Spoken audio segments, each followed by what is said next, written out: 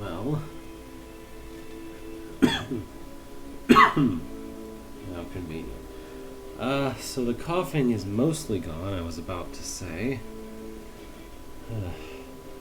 I have occasional bouts of dry cough that seem to be serving no actual, good purpose, but apart from that... So sorry I had to not do Alphabet Stream last week. I was horribly tired and my coughing would not stop. I developed an actual ache in the part of the back of your head, right where it meets the neck, over last weekend because of how much I was coughing alone, seemingly. That was fun. It was not fun. Anyway, I guess this is about where we are. Interesting. Clicking furthest save changes where the graphic under the water is. You see that? That's sort of weird. The fog effect on top was animating normally, but there was also another fog effect which was only animating as I pushed the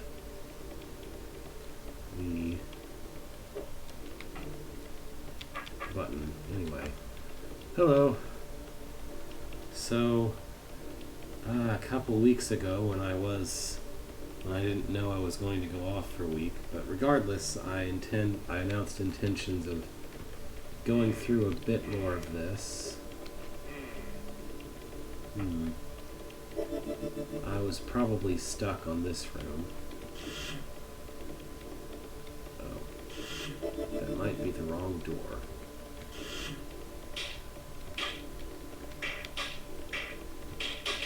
So the main problem is there's no way to kill everything in this room efficiently enough just to not need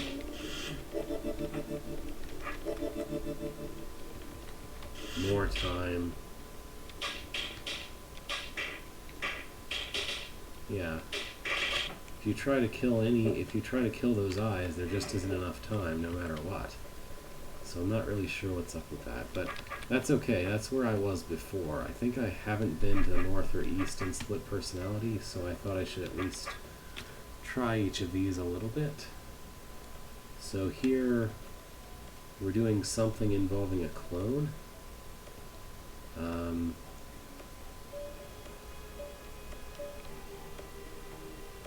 What's with the seeding beacon? Why would I ever want that? Right, so nobody... Okay, that bomb goes the seeding beacon, so that's not something to put a clone onto. That's to say, don't go into that particular row. So I guess what I should do is set a clone in front of me, and then use a stick to have it kill some enemies. And then shove it ahead there. What's this gonna do? Oh. Well, that seems like a problem.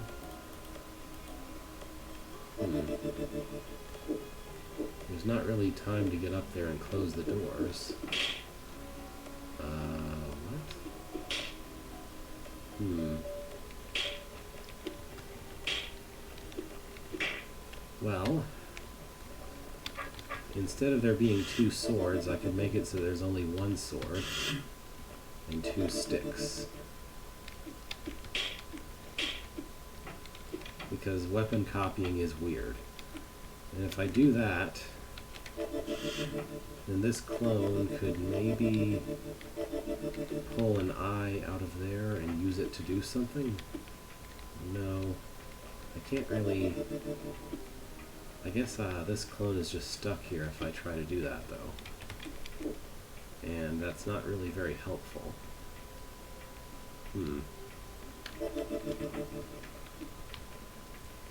I thought for sure it might be something like that, but I guess not. Well, no. There's not really any way to get an eye out of there without pushing him into the same area as the eyes. So I don't know I don't think that there's a way to make use of these eyes to do anything here. Because once I pushed him past that row, or column, there isn't any way to get him back out again.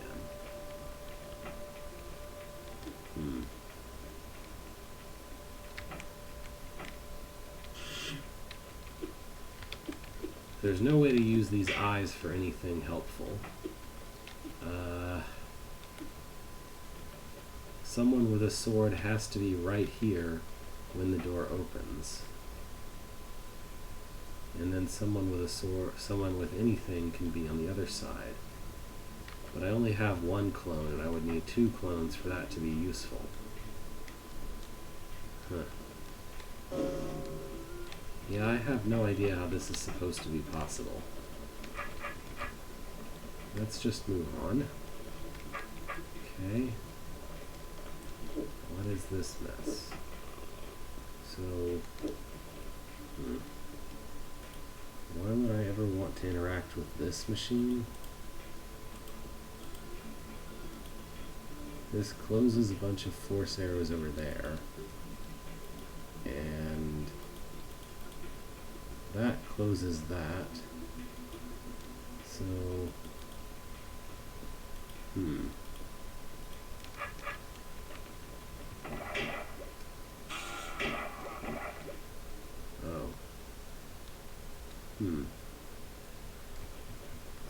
How is anyone... What? How are you supposed to kill that queen without dying, then? I guess you're supposed to disarm yourself and...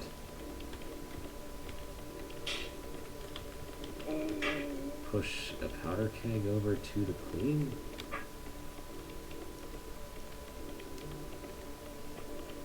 Also, there's a weird timer here for some reason, which doesn't appear to be possible to beat. Yeah, no, the queen spawns no matter what. So, there's no way to kill the lower right roach no matter what. Because you can't put anybody on that tile. What? So, before I can even start the room, there is no way to finish the room. Because if a 30th turn happens and the queen spawns a roach to the bottom right, to the southeast, there's no way to kill that roach ever. And it takes 30 steps to reach a clone potion. So this room is impossible by virtue of that one thing. I mean, I can't walk through here because if I press this, the door closes. And that's the only place with shallow water, which would have been my other guess for how not to let the queen grow, how not to let the queen spawn.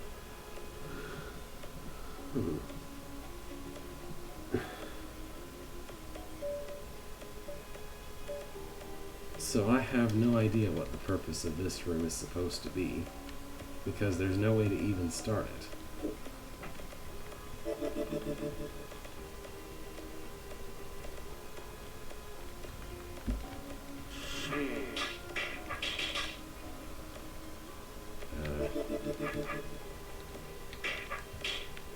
I mean, I can do this. This is completely unhelpful. Why is there a vision token in this room? Oh yeah, because they're evil eyes. Duh. Never mind, I know the reason to that. So...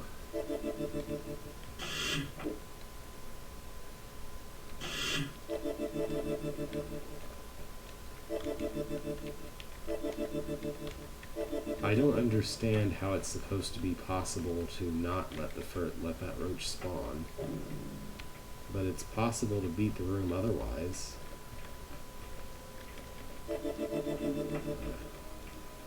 Is that roach existing a bug?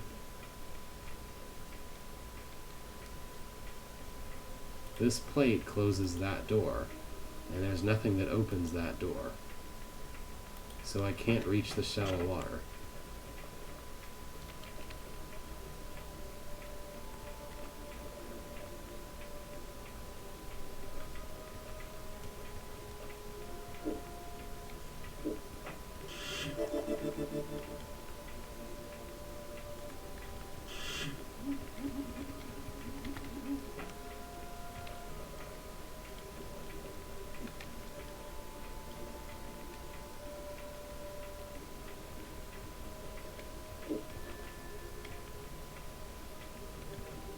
Basically, I have a choice between either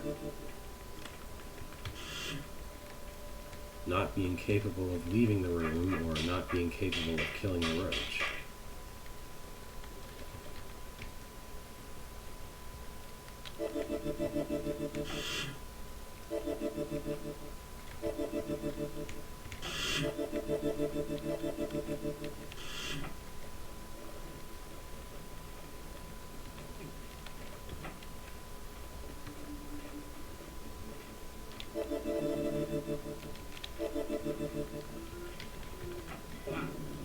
That whole glut of force arrows is not really helpful, because regardless, somebody has to eventually be in this box killing those eyes. I don't know. Let's see. This says take a caber, take a clone, figure out how not to explode yourself, I guess. This button just opens that door, so get rid of all the bombs, and then you can use that. So this is about clever caber placement, more than anything.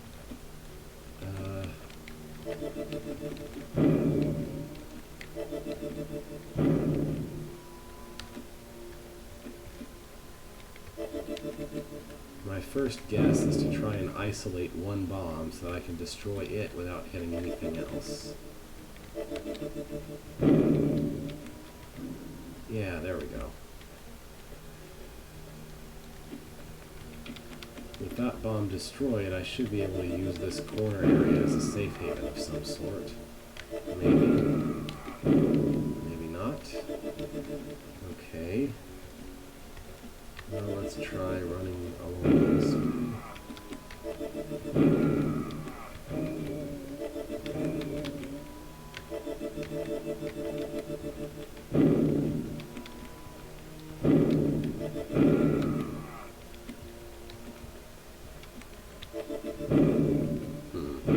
Why is that still exploding me?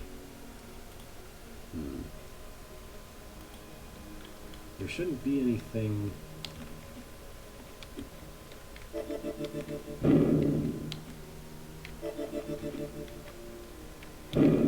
don't remember exactly how I did that. Oh, I guess that was it. Okay then.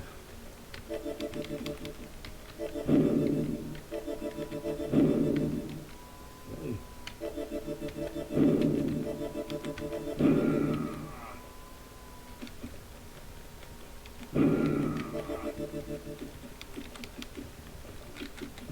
There we go. One down.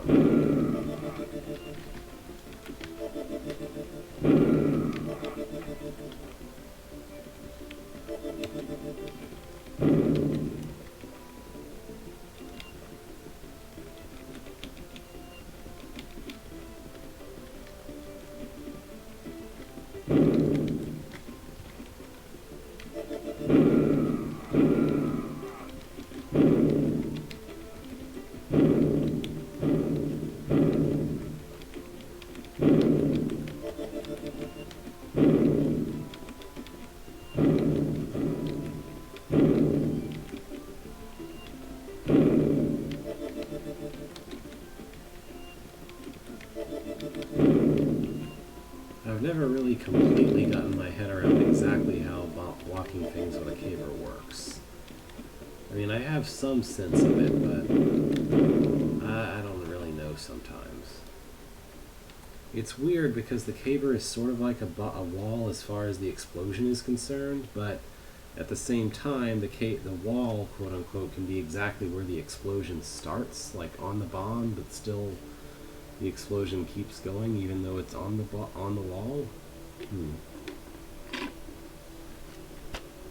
There's like some weird kind of directionality to it that doesn't really make a lot of sense sometimes. I mean, it makes sense, but at the same time, it can be very difficult to make sense of. If that makes any sense.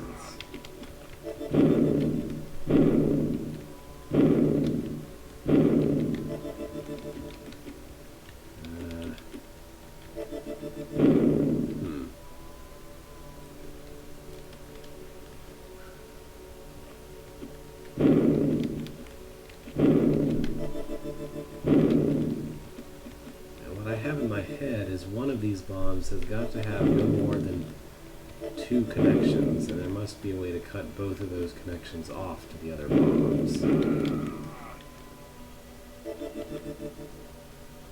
Let's see.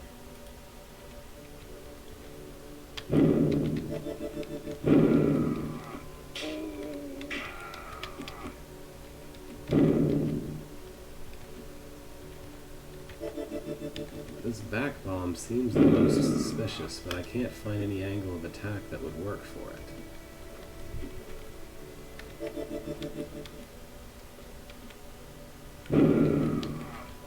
It seems like it has too many other bombs near it. But that seems like it's the case for all of them.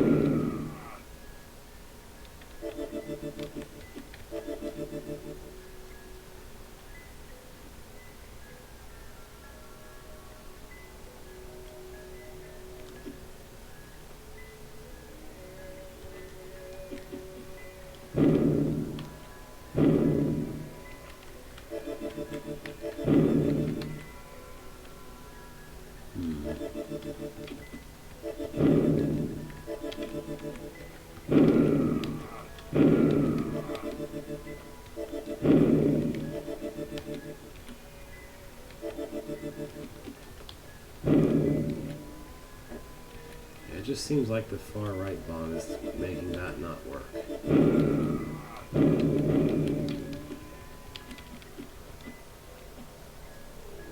Like if this bomb weren't here, then I would be able to only block this bomb from the west and be just fine. Or at worst, the west and south.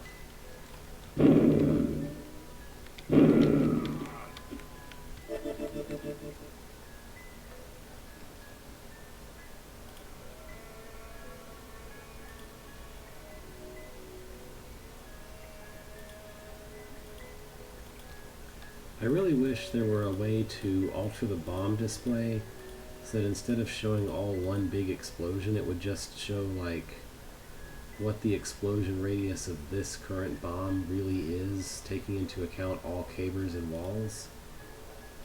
Or like if there was a way to color the bomb so that like one color meant the original bomb's explosion and then another color meant all of the resulting explosions.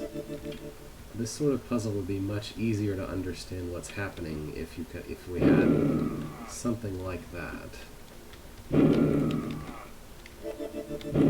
Because all I can tell from clicking the bomb to look at the bomb radius here is that there's one tile of caber that it's not hitting. But I have no clue if it's reaching this bomb or how it's reaching this bomb if it is. Like, is it reaching this bomb by going this way and then that way? Or is it reaching this bomb because it's actually hitting it? I don't know. I think it's reaching that bomb because it's going through the one to the west, in this configuration of cavers, but I have no way of telling because of the way the graphics are set up.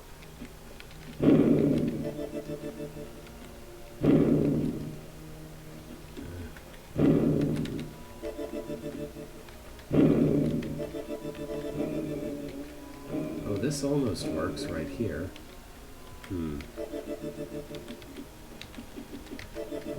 There it is. That's it. Alright, I need to do that again.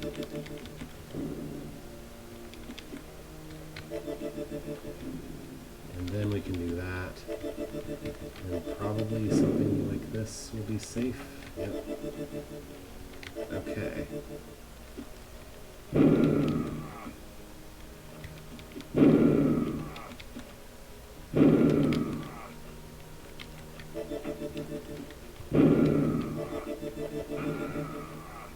Okay. Well, that seems really straightforward. Just do that one. And that one. That's not the right side to block that one.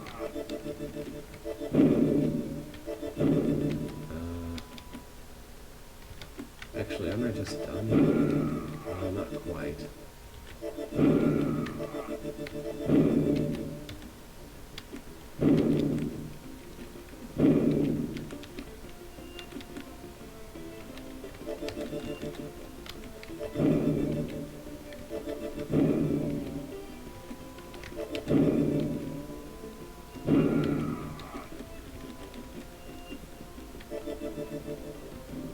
There we go.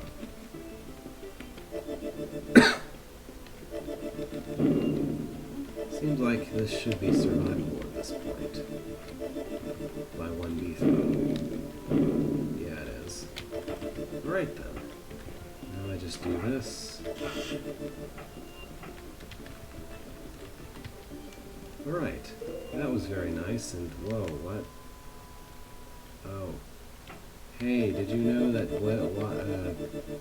white things chase after inactive clones and stuff? I knew that. How annoying. I'm probably not supposed to be killing them, but I want to know what the rest of the room is first. Okay. So the goal is to actually make ice on top of this water, I guess.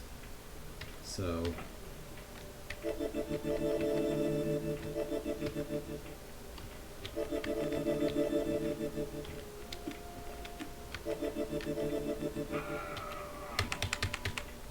obviously, I should first just try to set things up so that they're not in any danger.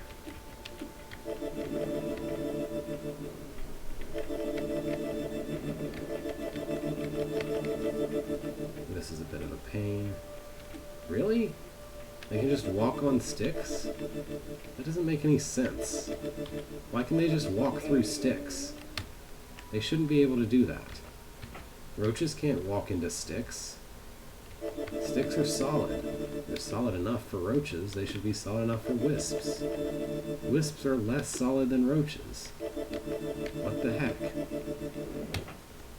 Oh, this is a pain. Babysit the bee throws. Hooray.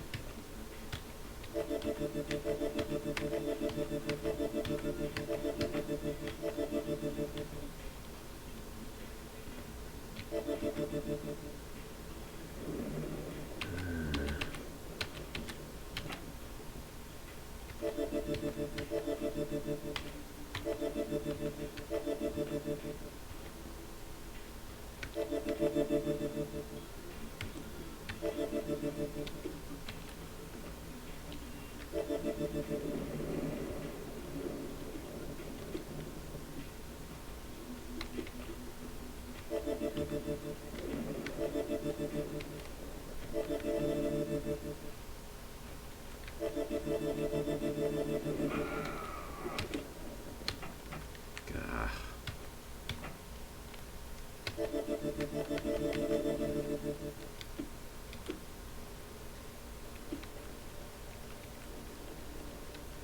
What a massive, unnecessary pain this is.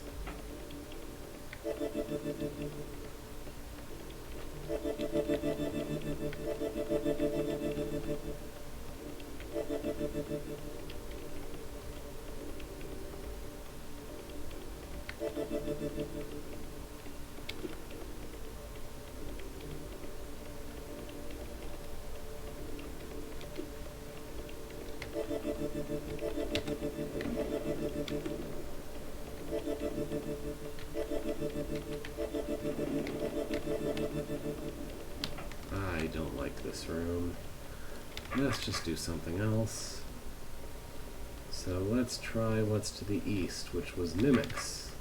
In theory, I should be decent with mimics, but not necessarily in practice. So what does this room want?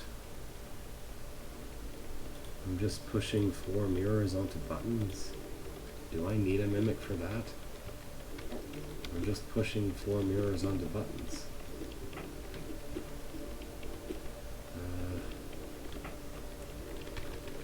I guess I'll put them on the arrows and then try to figure out how a mimic is helpful in this room.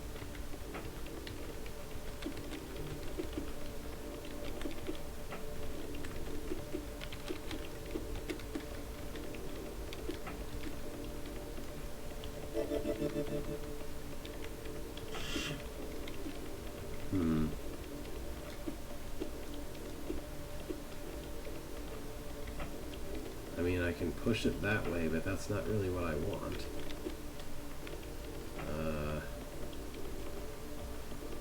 There's not really a move that can take a mirror onto a button. Like, there's no open moves that actually accomplish that.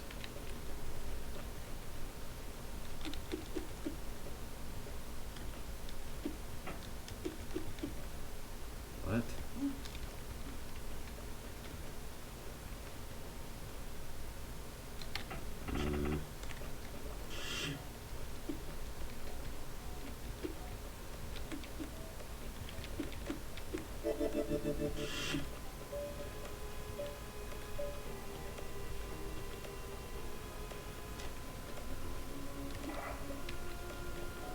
Other way around.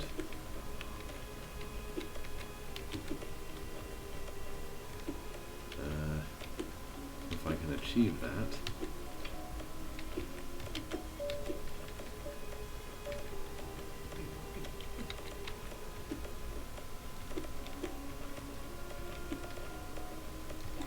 No? I guess you can't double push a mirror. That's a shame. No matter who goes first, the mirror just dies.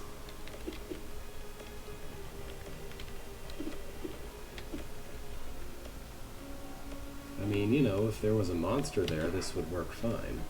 Actually, hang on. Can I just skip the mirrors? Let me check.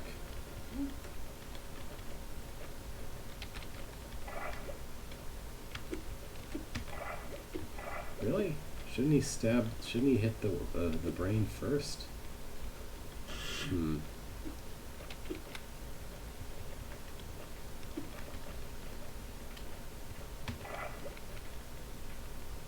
I guess he's too far away, actually. Okay, never mind.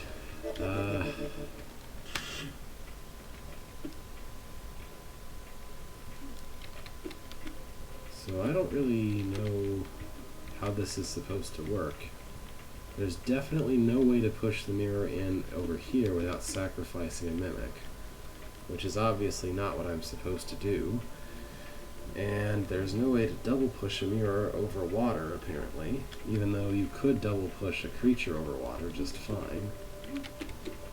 I guess the creature's Wile E. Coyote effects are taken into account or something.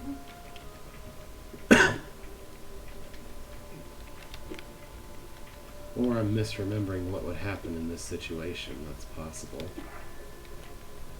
Like, shouldn't the order of events here be that Beethro pushes the mirror over the water and then Mimic pushes the mirror past the water?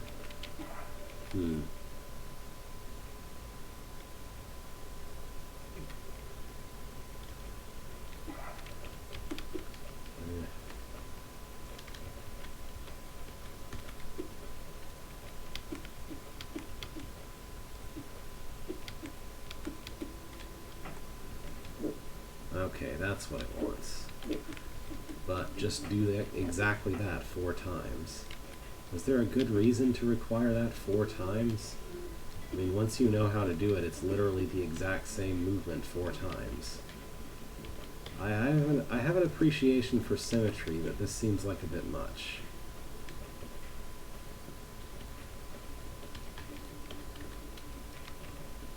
Yeah.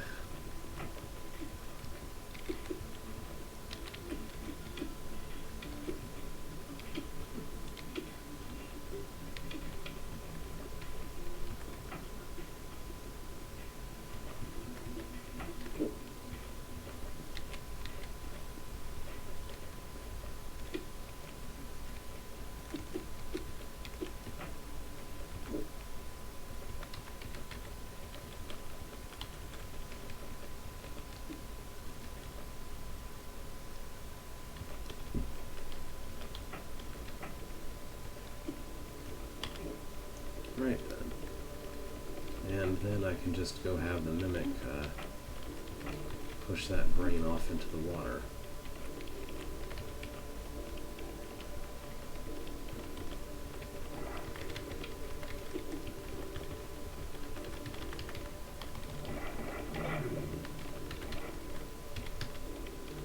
Alright.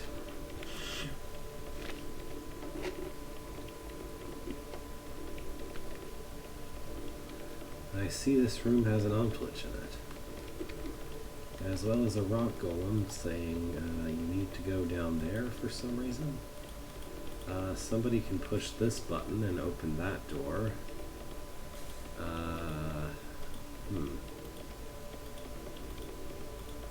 What a weird mess.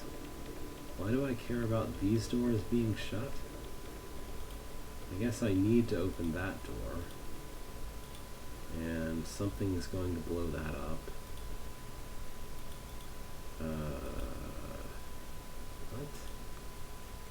What? I guess I don't have any idea what this room is doing, so I should just run into it.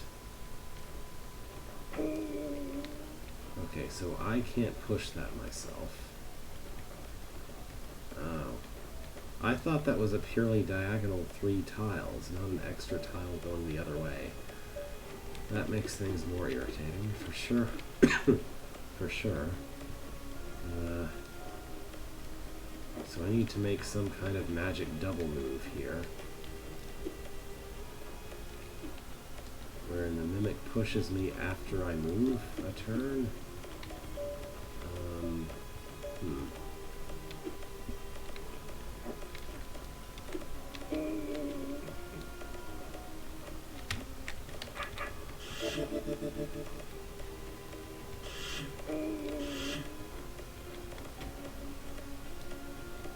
So, like, I need to be standing here with the Mimic's stick on top of me, I guess? But I don't really see how to achieve that. Because any move I could make that might put the Mimic's stick on top of me is going to just throw me into the water instead. The only places I can put the Mimic's stick on top of me are where there's walls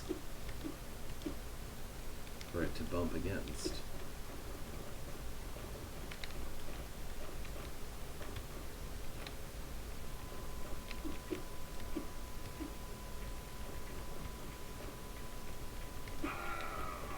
Like that.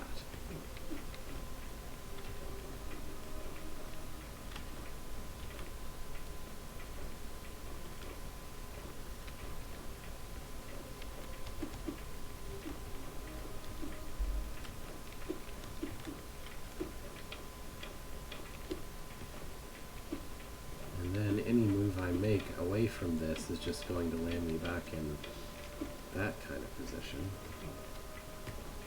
which isn't really helpful. How? I can't put the stick on top of me except... What does it want from me?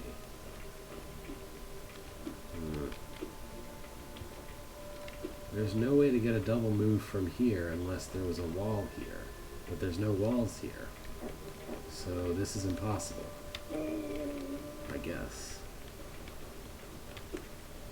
Like, I can't preserve this state of being all the way over to there, because literally any move I make away from here is going to push Beethro off the stick.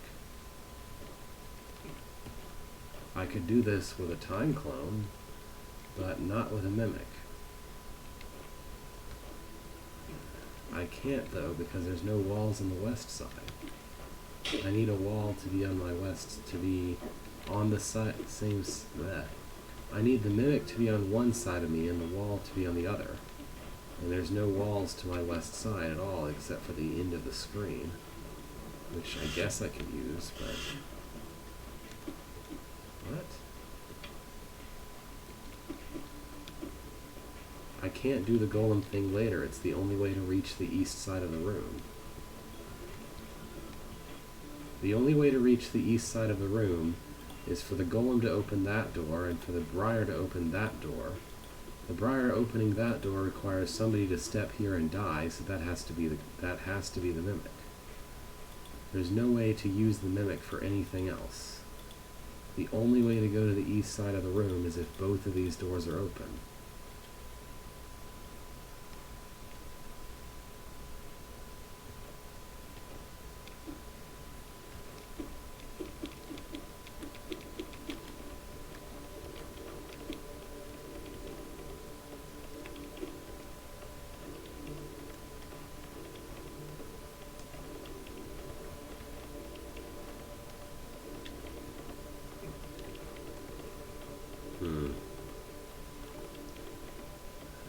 You're talking about placing the mimic on the east side to begin with. Let's see what happens if I do that. Well, I can explode that bomb, I guess. That's very helpful. So moving the Omplitch whatsoever is going to destroy everything over here, which is totally unhelpful. Yeah, I need somebody else besides just the mimic to be over here.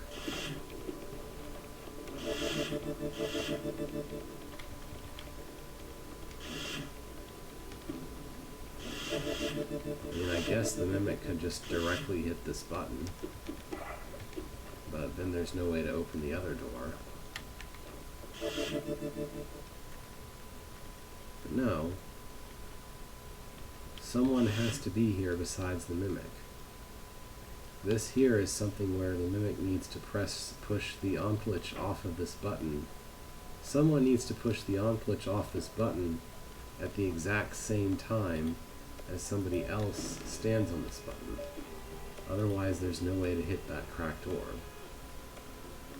And it has to be some kind of weird double push thing, too.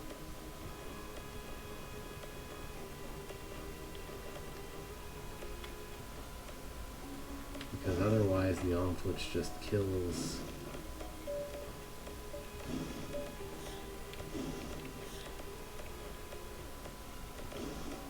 Okay, maybe this is what it wants. Like, there's no way to.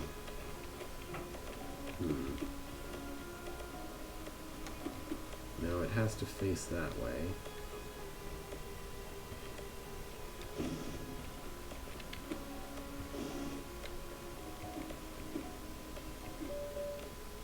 And then the Omplitch is just going to get free.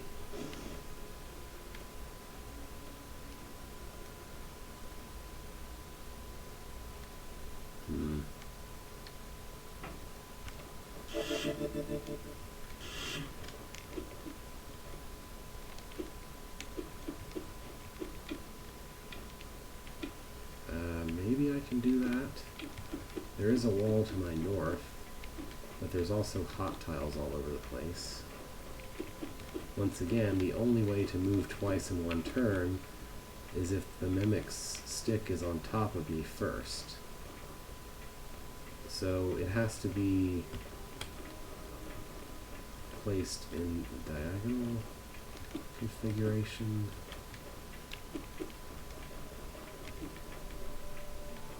So like if he could move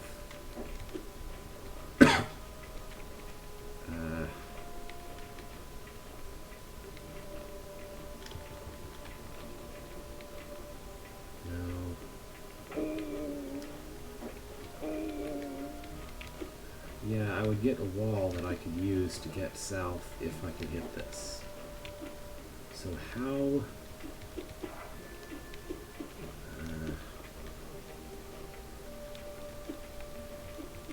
what positioning could possibly work for this? I think he needs to be on the other side of me, perhaps.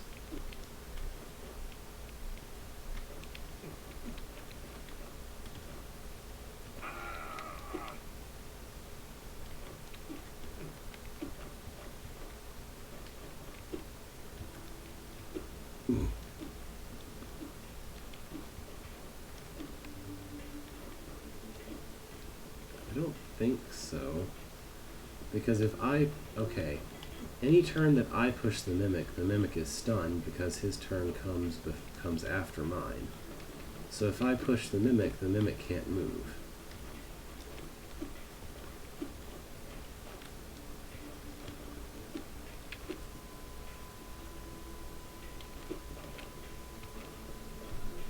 The only way for anyone to move twice in one turn is if it's Beethro doing that. Because whoever moves first has to be the one who does that.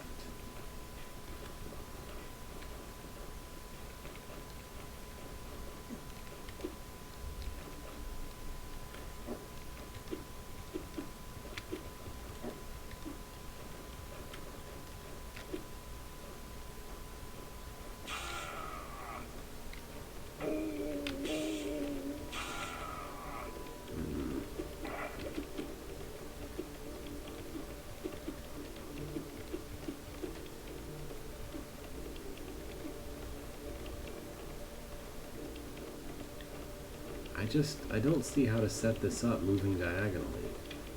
The only way I can do it before was with an orthogonal move. Or really with an orthogonal placement, like this. Like that. He's trying to push Beethro diagonally here, actually. So I need to do that, but rotated somehow.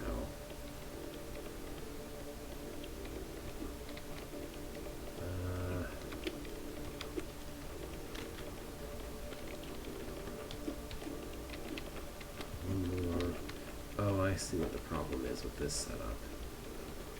You'd have to be on a hot tile, which isn't helpful. But maybe turn it around the other way.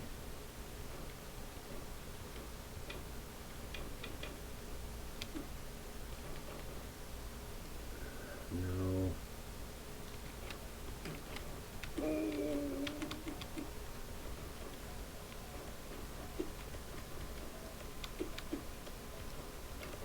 No. These hot tiles just make this impossible. Make every setup I can think of not work.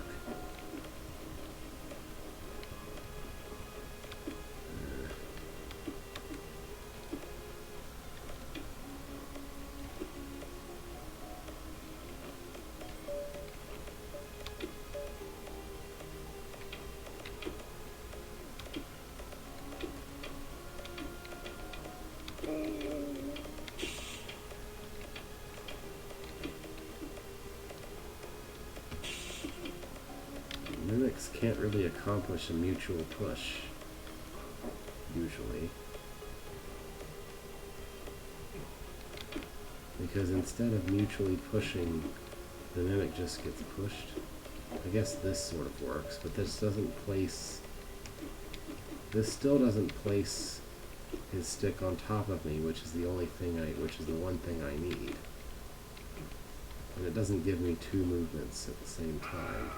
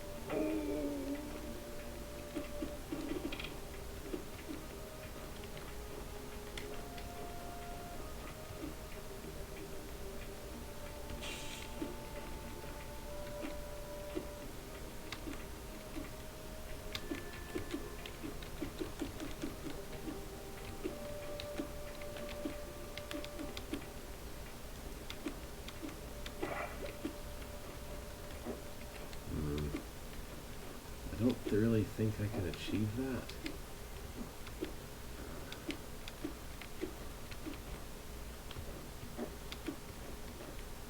That position is only achievable when you start both diagonal, at least as far as I can tell.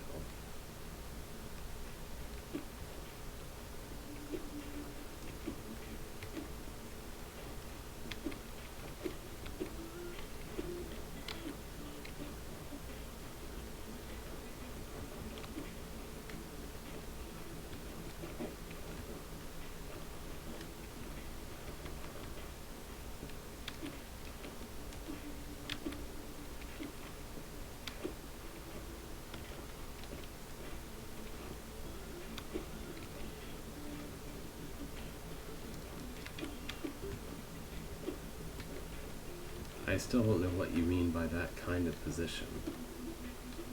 An impossible one? Sure.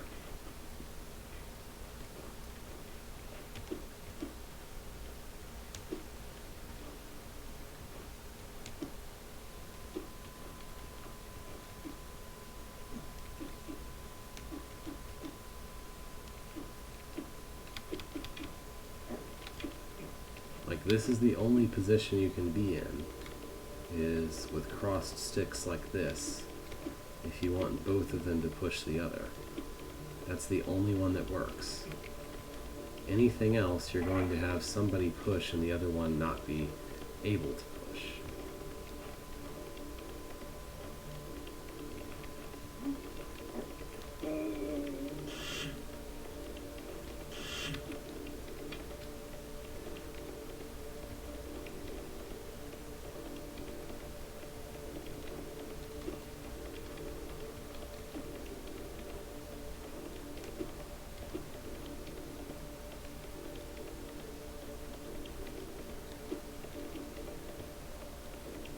I've been doing that for a while.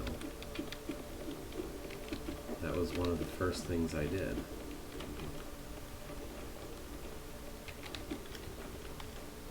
That's not helpful since it's too far away, but I can do that.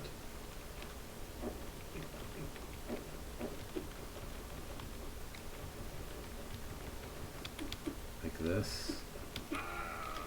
Or like this. But the instant that I make a single movement, it breaks whatever this is.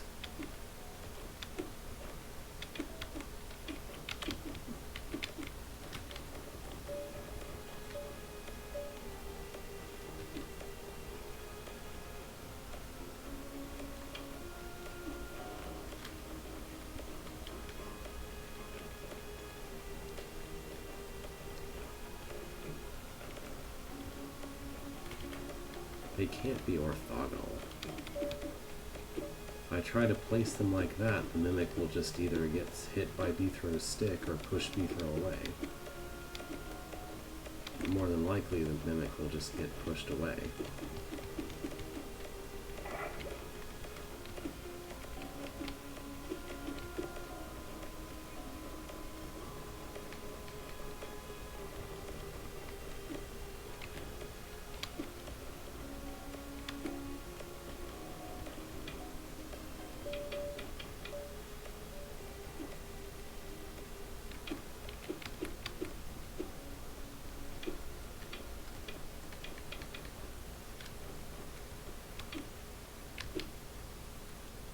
This doesn't seem particularly helpful.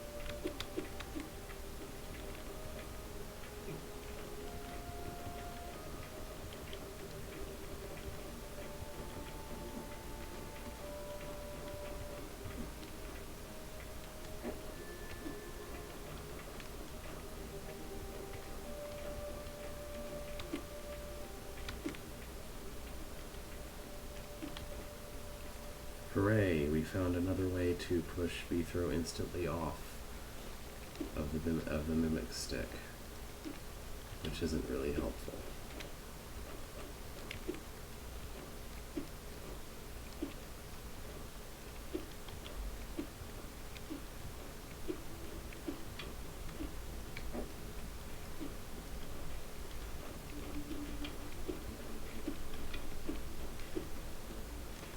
This just doesn't seem useful at all. I'm really tired of looking at this. Let's see what the other Mimic room is.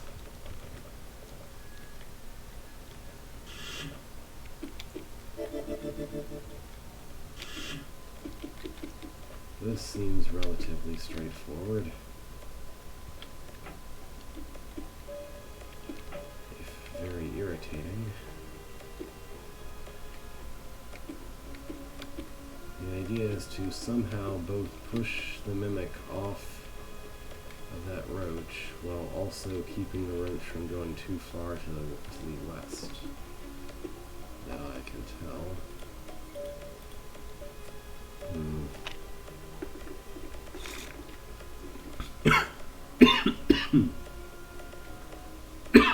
Excuse me.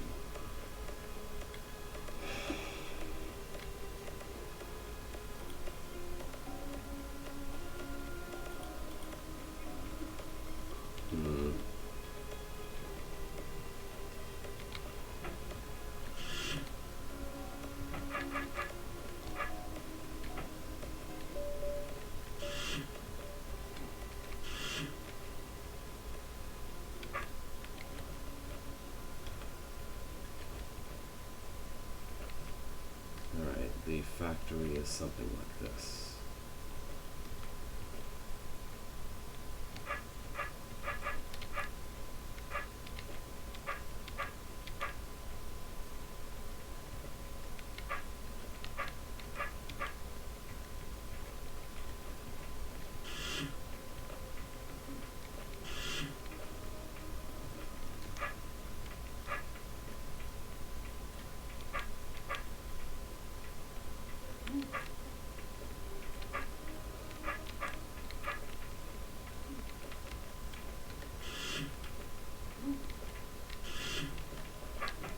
I did something that seemed like it should just work repeatedly, but I can't quite get a hold of what it was.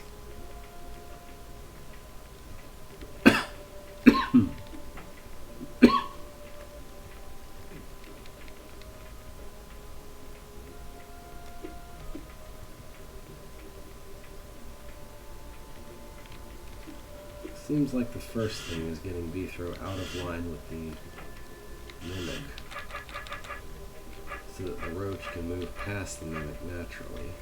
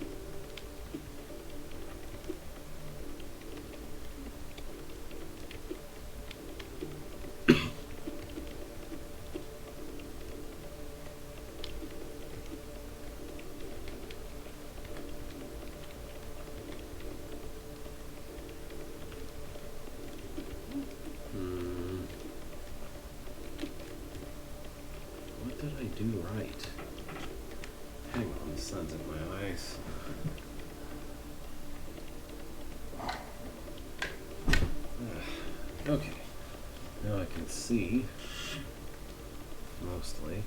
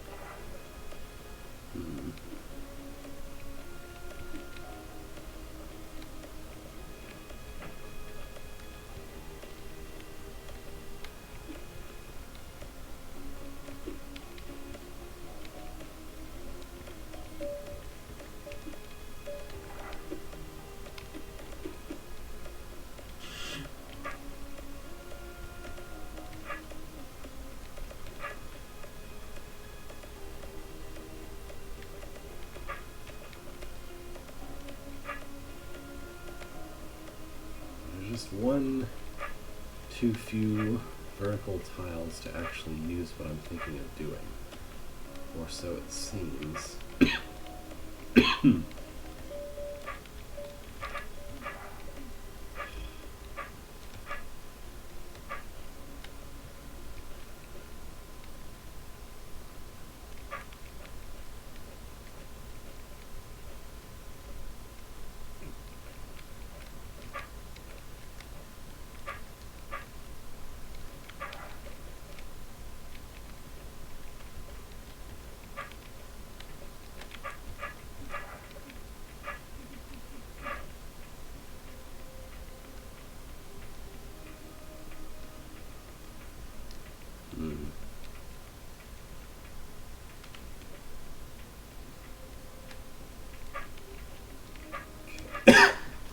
Okay.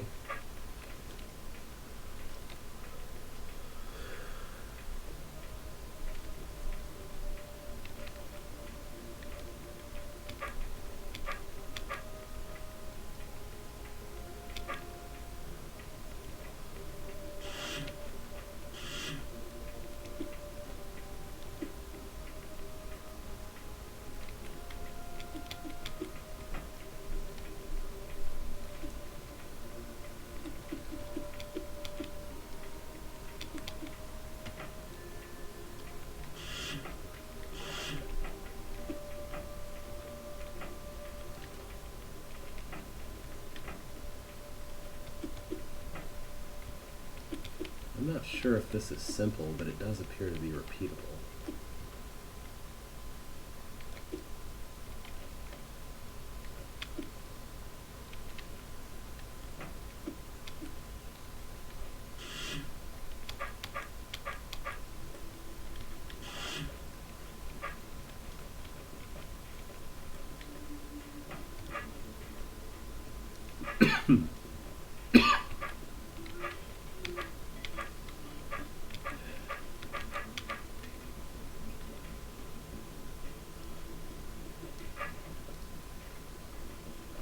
One more time. There we go. Yeesh.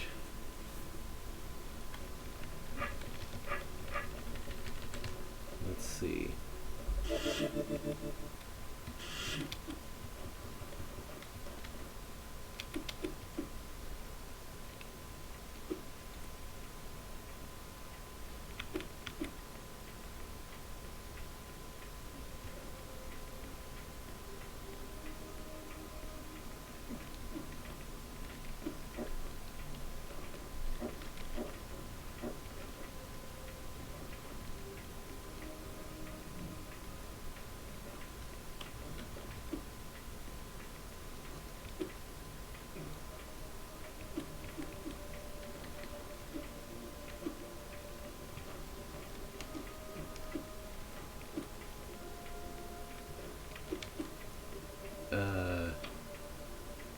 I was gonna say, how can B throw move in a direction the mimic is in?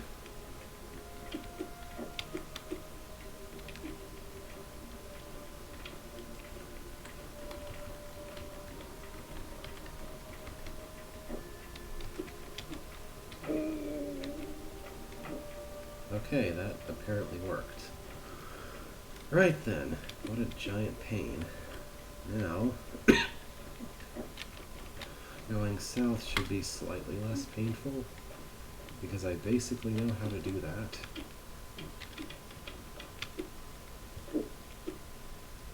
Sort of.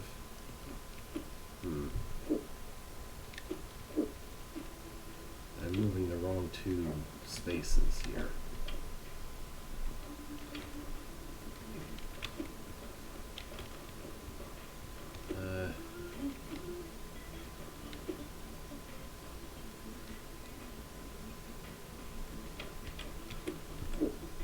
Oh, no, that's right. For some reason I thought I was going the wrong two spaces, but that's the right two spaces. Why is the easy one after the hard one? I don't understand. Why would you ever, like, why is the ridiculously hard one before the easy one?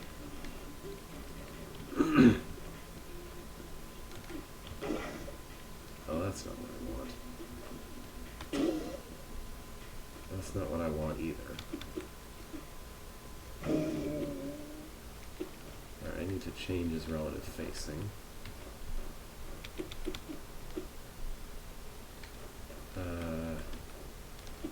Trying to think. So I want to be facing this way while he's facing...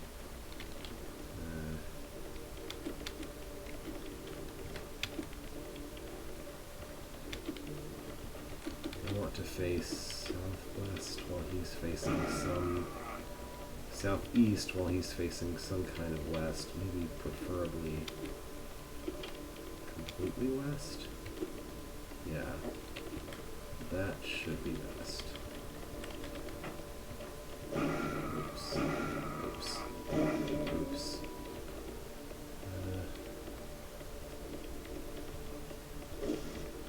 There we go. What, no? Shouldn't the Mimic be stepping on the button, which causes it to not do that? Well, Button juggling. Hooray. That's not what I want you for.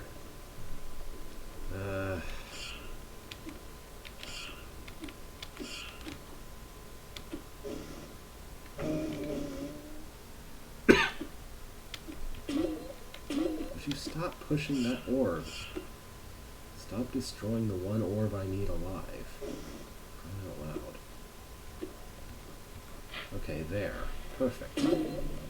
Then, I guess I'd like him to just be back on the mirror, right? If possible.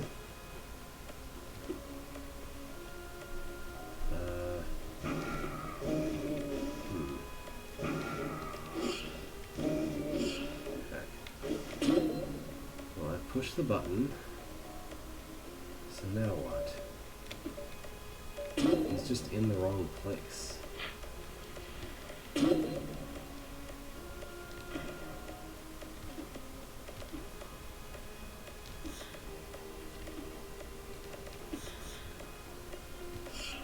Come on, move south, not west.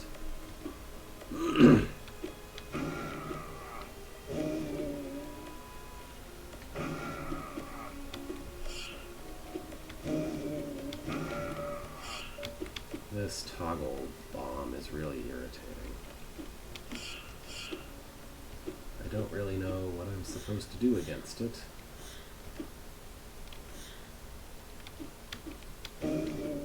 After already going to the trouble of getting the Eldritch to blow up the stupid powder keg. What? Come on! How am I supposed to arrange it so that he steps on a button at exactly the time that something steps off? Why doesn't this work? Why doesn't he step on the button?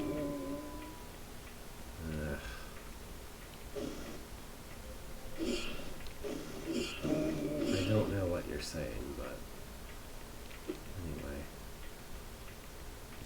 Any time that the Eldritch is pushed off the button, somebody has to step on a button. So you can't push... Oh, you can't just push the Omplitch to the west because there was a cracked orb here. And if the Omplitch hits the cracked orb with his beam of death, then it destroys it without actually pushing it. And I needed to push it to open this door. Double push? I don't know about that. Maybe?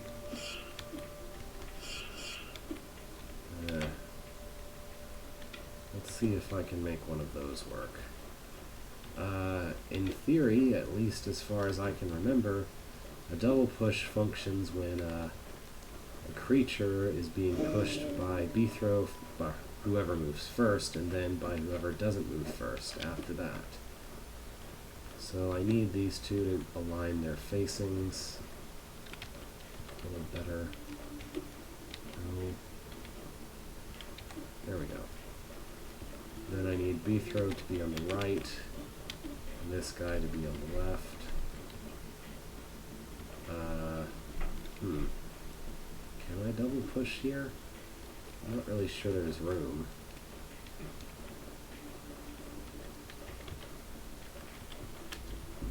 I mean, it would be sort of ideal to keep the Omplitch completely frozen and not have to deal with his nonsense.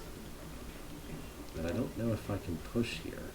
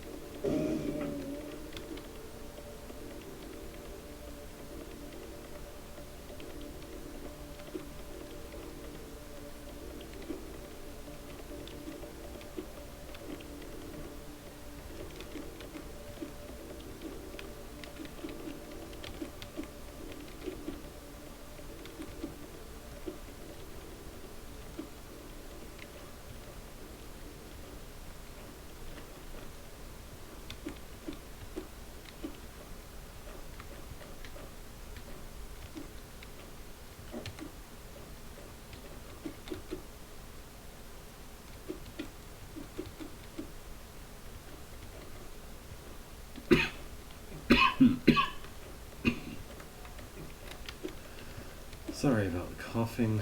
I shouldn't be coughing. Anyway.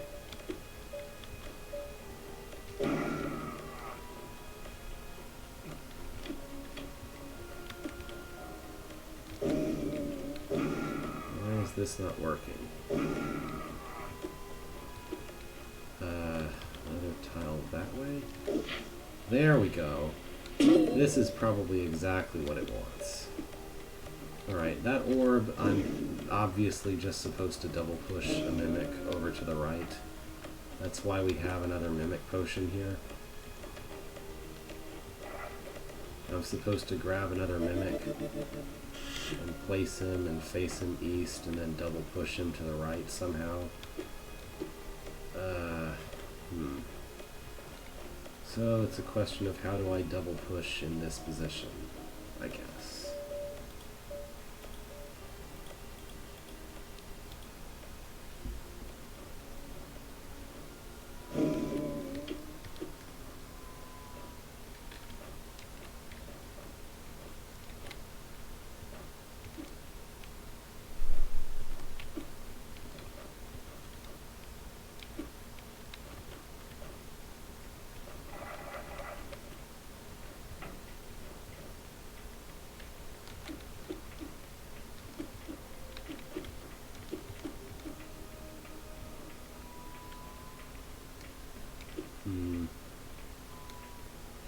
I guess what I need is either east-east or southeast-east. Well, he's facing east.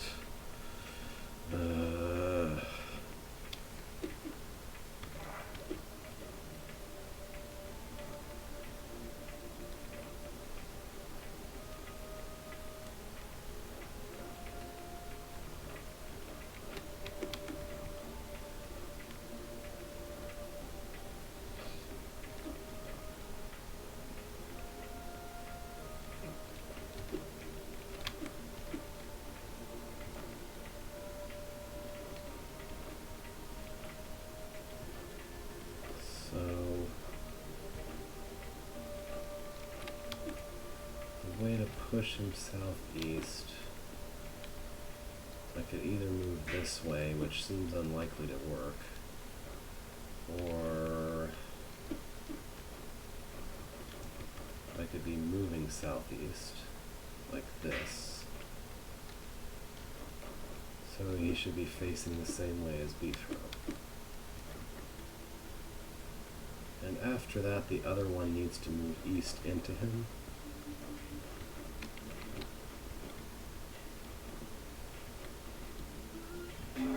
That's it. Okay, and that done, all I have to do to kill the Omtlich is sacrifice a Mimic. Hooray. Why is the hardest part of this entire room the first thing? This should come last. This Briar nonsense with no walls, this should come last. Everything else is so much easier than that. Why? Ugh.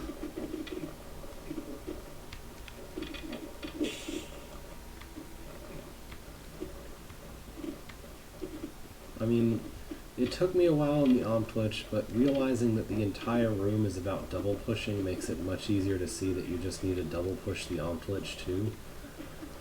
I don't know. And after that, the Mimic double push is not exactly free, but it's much easier than like anything else that came before it in the whole room. It even allows you to just have all three members of the push pushing facing the same direction, which is usually anyway. That's that. We looked at roleplay. We looked at. We definitely looked at My Pet Bird. Did we look at Tools of the Trade ever? I guess not.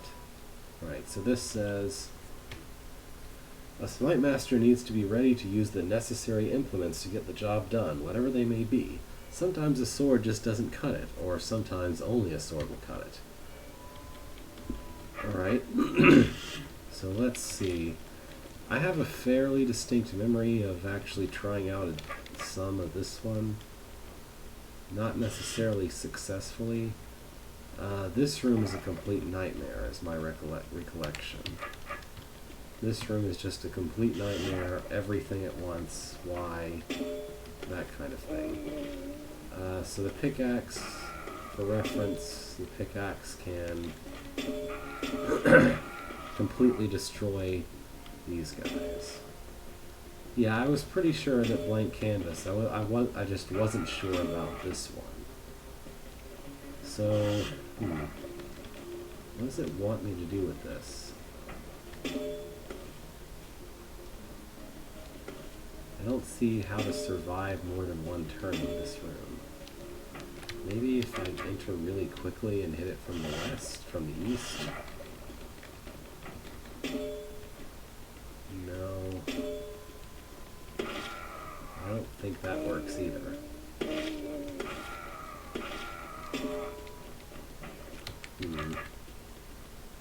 I'm never comfortable when a room just decides to start out with a timer that starts when you enter the room instead of when you actually start doing things in the room.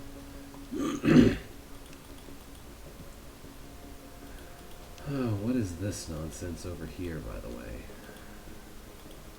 Push both of these orbs and those guys move in toward the Briar?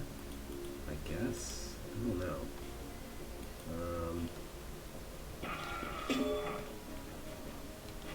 am I supposed to survive this?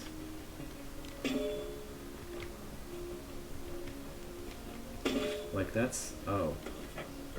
Okay, you literally wait until the last possible moment. That's cool. A little silly, in my opinion.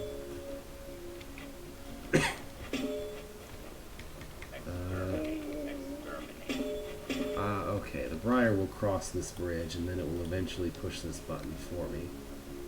I guess I need to push both of these buttons, which does something eventually.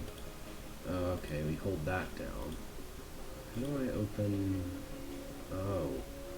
Oh, okay, alright. So, open these doors, and let that Briar grow in that direction while clearing it out in this one.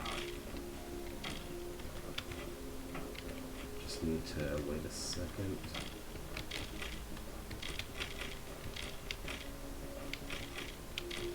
I need to kill the Briar over here, but only after it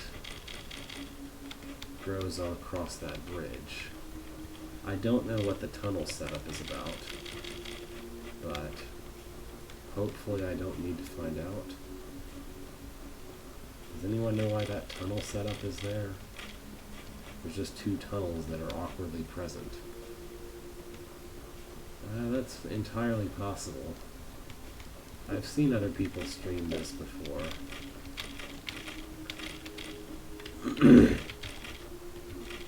Not necessarily on a too regular basis, though. Okay, so that does that. What? Oh. Okay.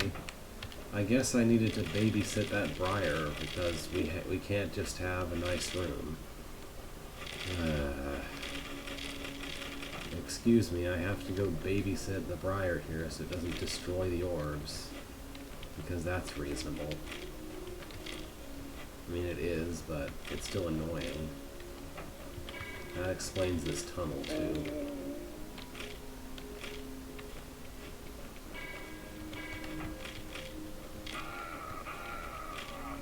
Actually, that's fine.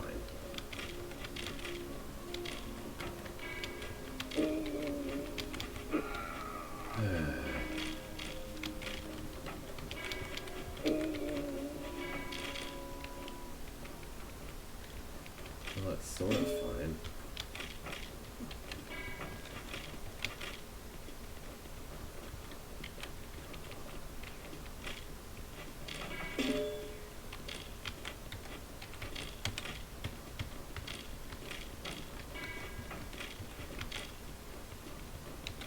That's fine enough, right? I can cut it here, and then just hack my way in.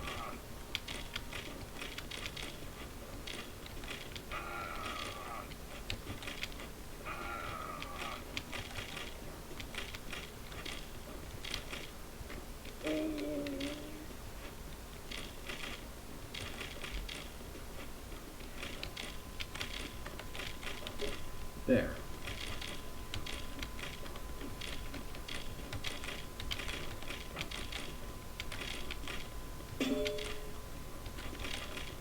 Now, I can push this. This is more about Briar interactions than anything else, in my opinion. In my opinion.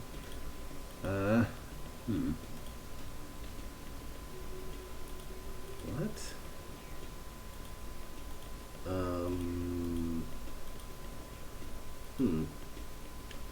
Shouldn't it continue to grow?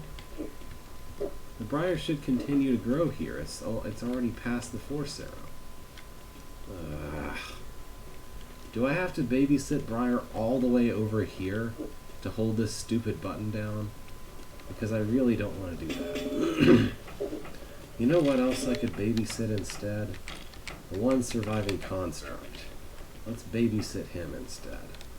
Because why not? Anything else is pain.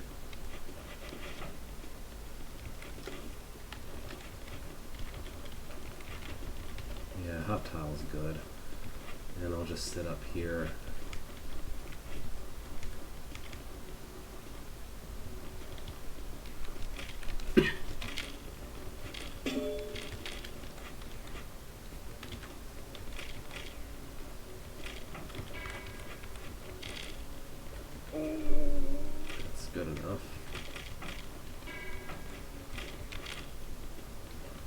Right.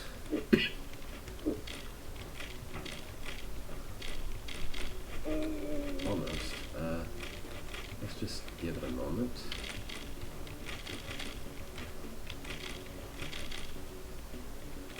This is one thing. How to make yourself safe with briar growing around you.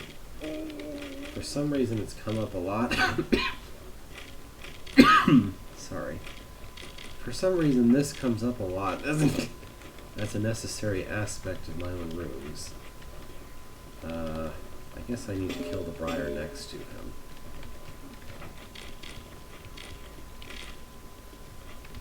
Push him off.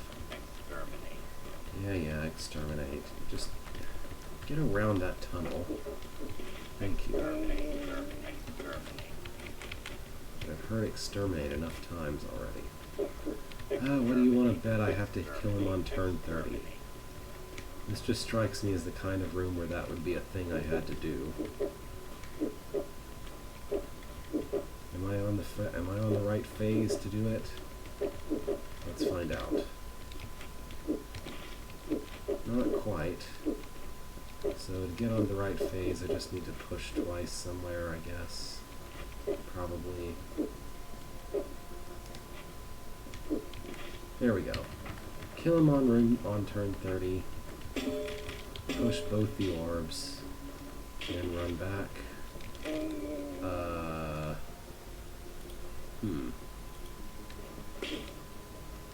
How am I supposed to get back in time?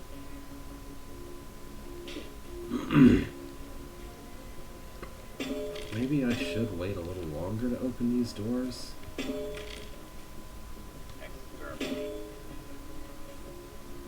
don't know.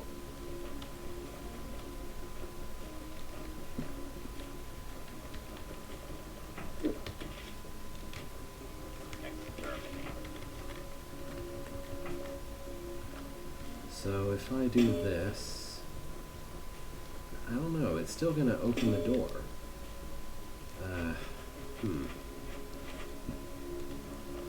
Alright, hang on, go back. After I did that, turn around, push this button, and run back as quickly as possible. It's impossible. You can't. There's no way. Oh, wait. Maybe.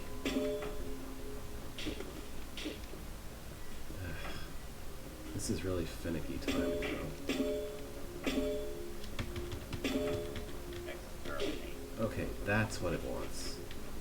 I don't know if I need this guy, but since there are two trapdoor passages, I'm just going to arbitrarily assume that I do need him. Do I need this goblin too? Probably.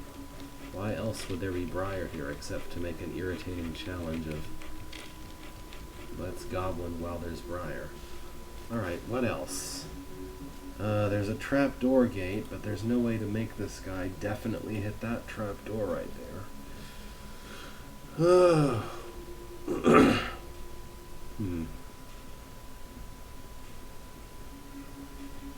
There's this button here. That button there. I don't know. Decoy? Well, a decoy could maybe make him hit all those trapdoors. That's enough of them, at least. Oh yeah, so the Ormites make sure that you can't just put a construct on that button. Maybe.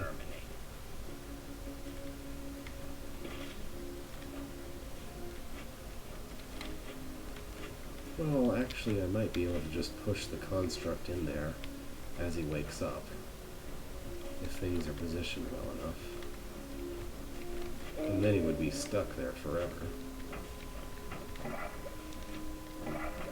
So I don't need the goblin for anything, if that's the case. Because the Ormites don't instantly kill a construct, they make him fall into a pile of parts and then kill him. So that being the case, I should be able to safely just kill the... well, I'll kill the goblin sometime after this guy. I guess I have to wake him up first. Okay, let's stow the goblin somewhere useful. So that I don't have to actually worry about him. Oops. There. Perfect. Now I can kill the goblin. Probably. I mean, I don't see what else I can do since there's not really a way to... Huh. How is this supposed to work?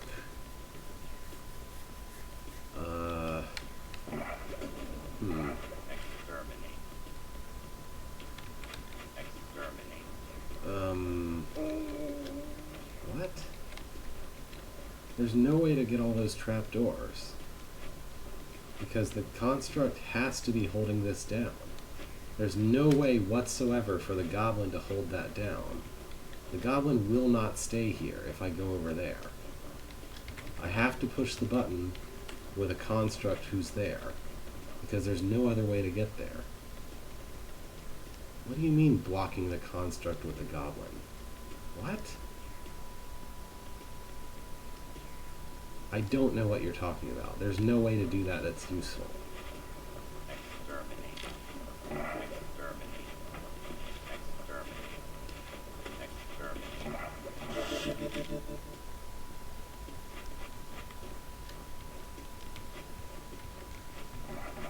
There's no way. You can't get over there with the goblin before the construct just starts breaking all the wrong trapdoors.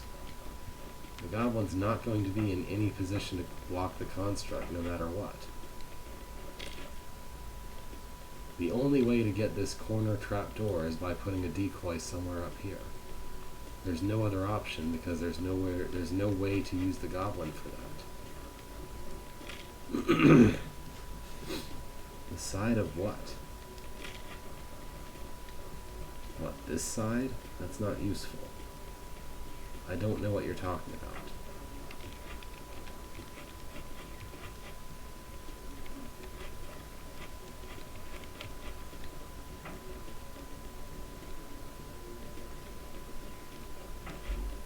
Well, I can't walk on the other side of the construct will step east.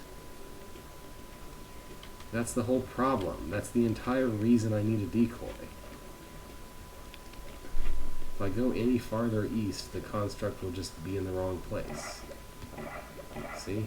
Also, I guess the goblin moves after the construct, which is wonderful. Probably specifically so you can't do it this way.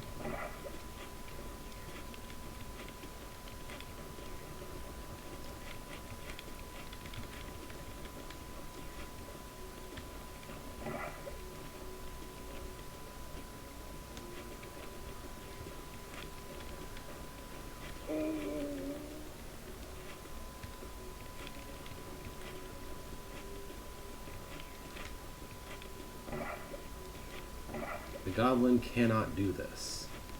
The goblin is not useful in this situation, because I can't go far enough east to push him far enough north to actually do this.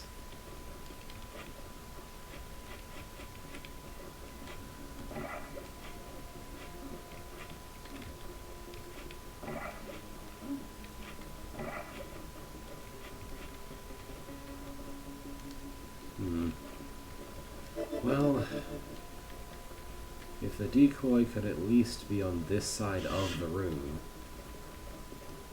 then I would be able to put him wherever I need him. So maybe, if I go far enough away, the goblin will respect the decoy's weapon and just go north.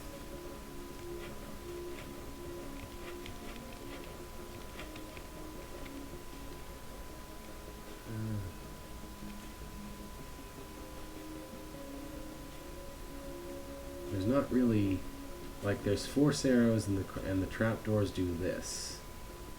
So I could at best push the construct to this point, and then I have to go to the other trapdoors because of the trapdoor gate.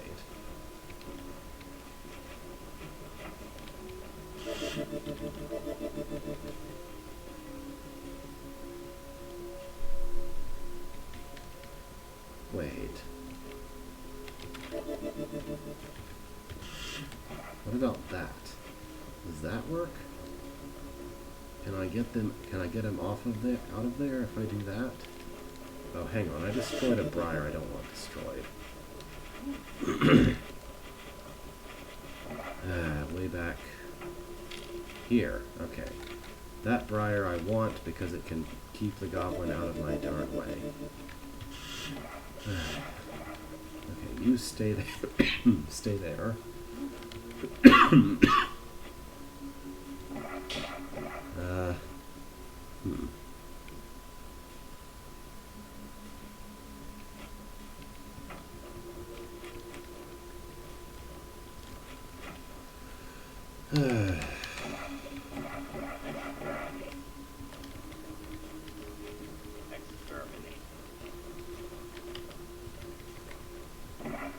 Then he won't hit the other corner.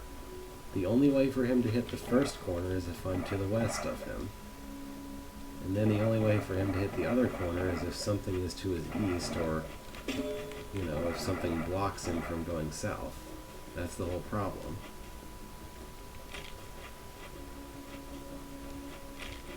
I'm almost certain that using the decoy to block him instead of luring him some other way is what I need to do.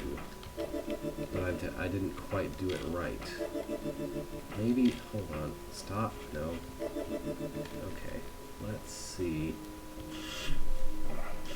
We've established how far, oh yeah, there's that. There. We've established that I can stand in this column.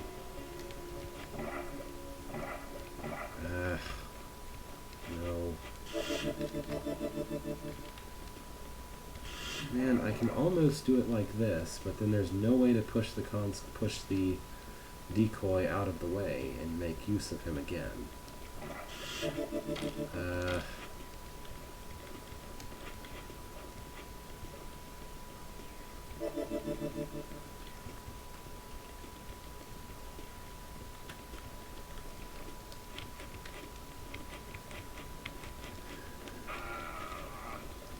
Is there any way just out of range of the construct site that I can place the decoy so that the goblin will be inclined to go where I need him to go?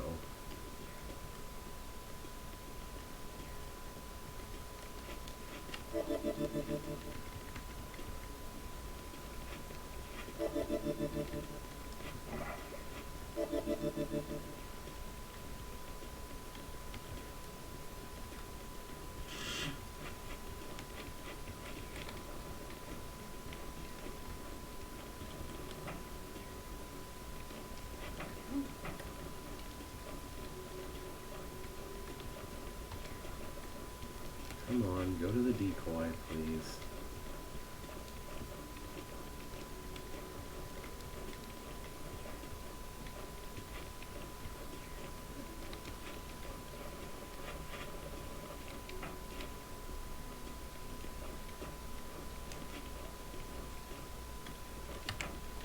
Get rid of the decoy to show that. First, he has to be due north of me for this to get him on the trapdoors at all. Hang on, I have a call.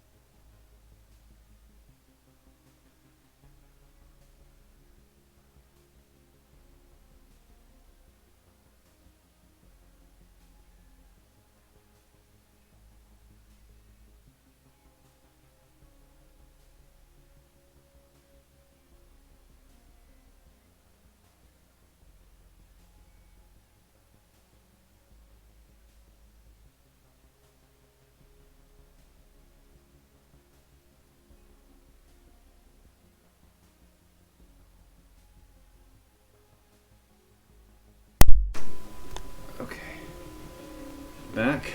Sorry. I had a call from family, and just as I was almost finished with that, I discovered a millipede on my wall and needed to take care of that.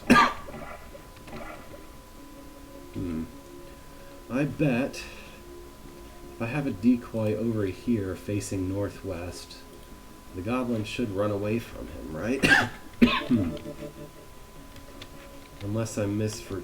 what the heck? Oh, okay.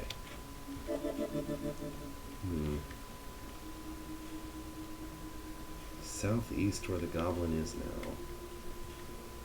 I don't know. This is what I had in mind.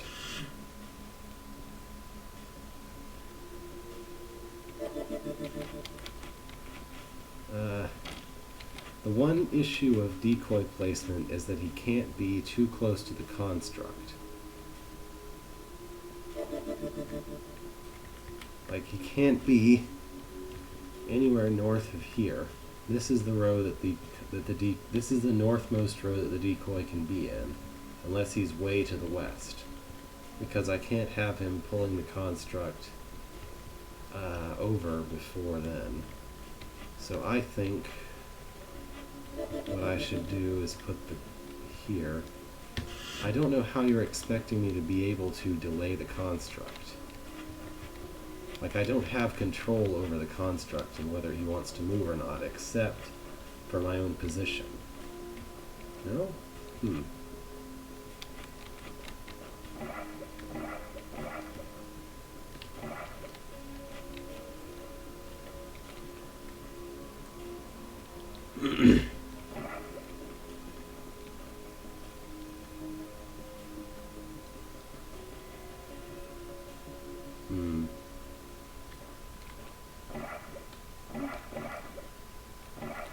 This is as far as west as it can be on the north side. I don't know what you mean.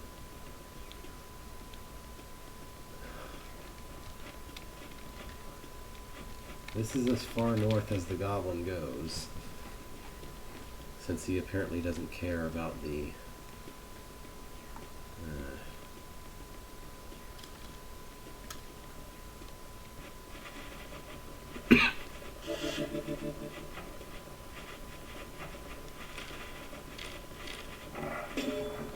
Again,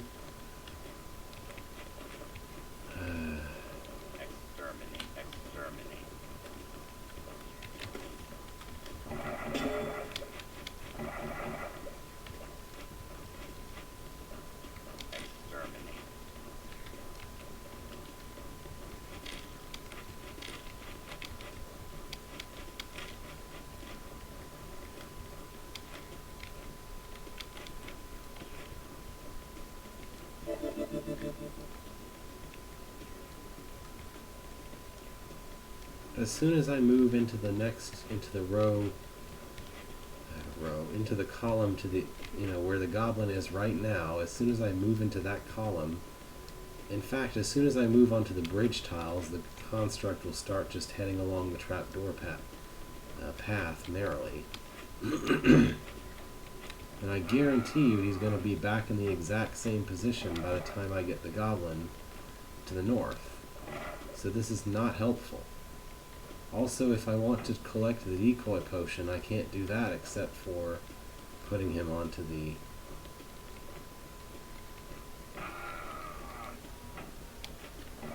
I admit I hadn't tried this before, but more than likely because this didn't seem like it was going to help.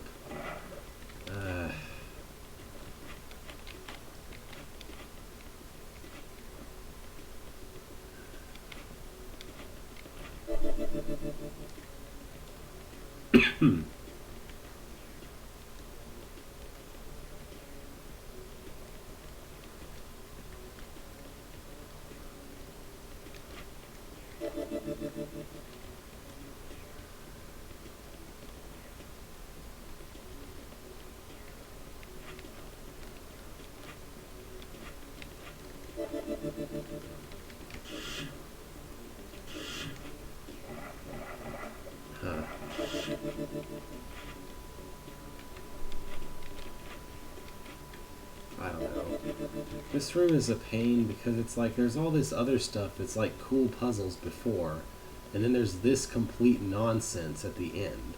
Like, this should be 3 different puzzles.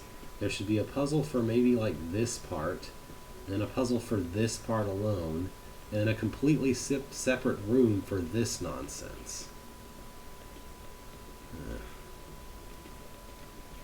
2 steps northeast of the pressure plate.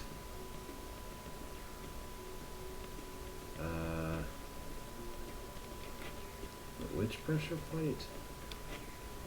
2 steps northeast. You mean here?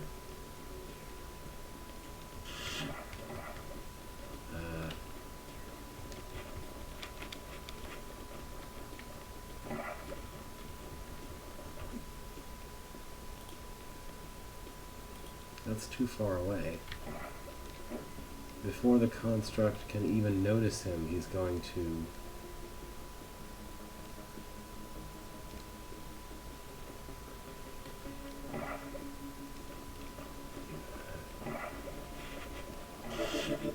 I can't understand choosing to make all of this one room. This is the worst thing about this. This should be like 3 or 4 different rooms, not all one room.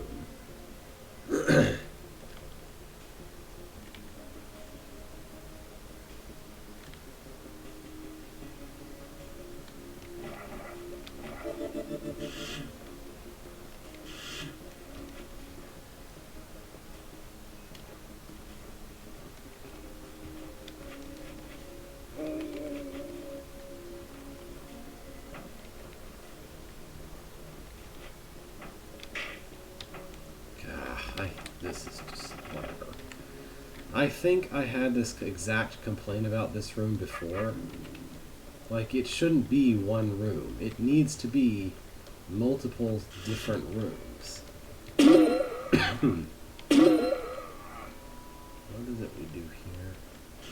Which one is this one? Maybe this one is dagger? No, this can't be dagger.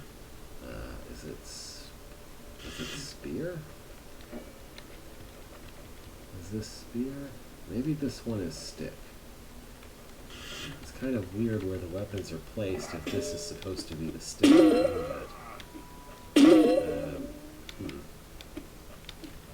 I guess that is it. Alright then. Stick then. Yep. There's a brain and a construct and lots of other things.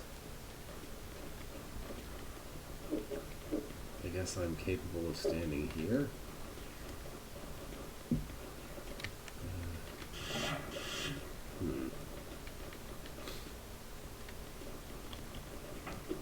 Well, I can stun this brain and move the spider northward, I guess. If I can continually stun the brain, then I would be able to move the spider very northward. Oh. I thought brains couldn't live on shallows. Whoops. Well, that makes that easier. Okay, I pushed a button. What did this button do? This let me get a mimic. So a mimic could go hit that, I guess. And I guess the brain could sit there, or the spider could sit there, in theory. And I don't think anyone can actually be made to stay on that button, except maybe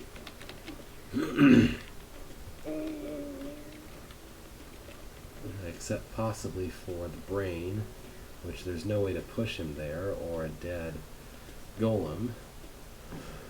How do I open this? So, okay, if someone can stand here, they can open the way for that golem to die. But there's not really a way to get to that button?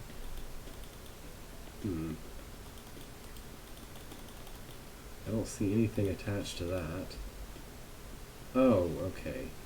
So the golem can get himself killed if I put the mimic here instead. And then How is this supposed to be pressed? There's only one...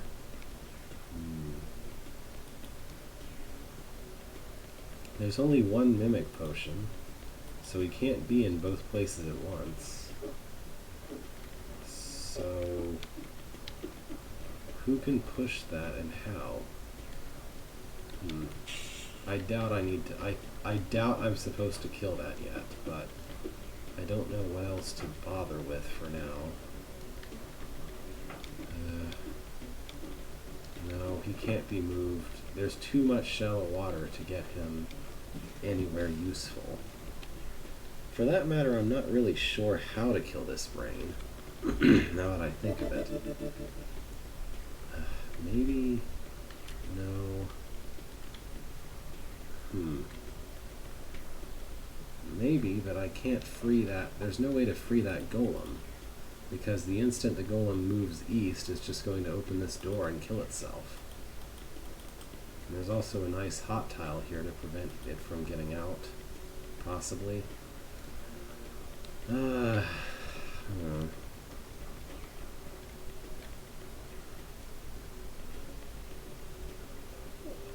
I guess a construct could turn into a stepping stone if I'm really lucky.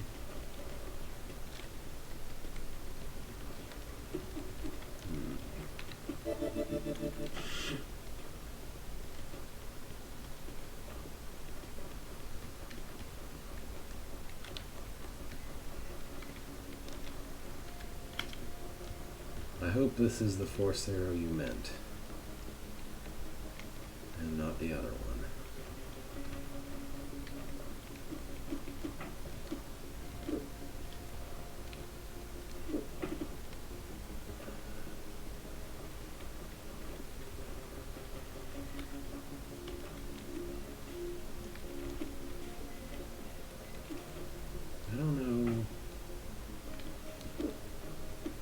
There's no way. He's not going to make it out there in time.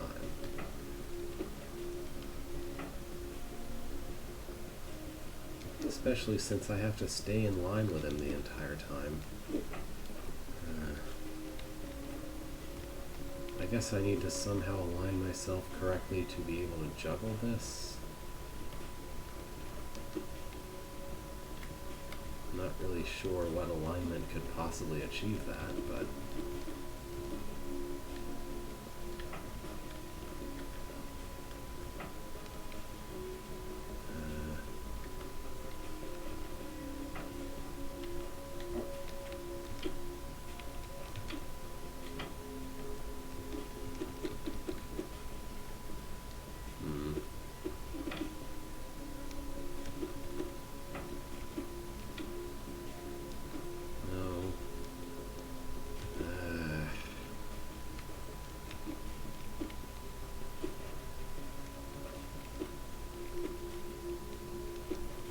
see, like, how can I make this perpetual? I'm not really seeing a way to do that.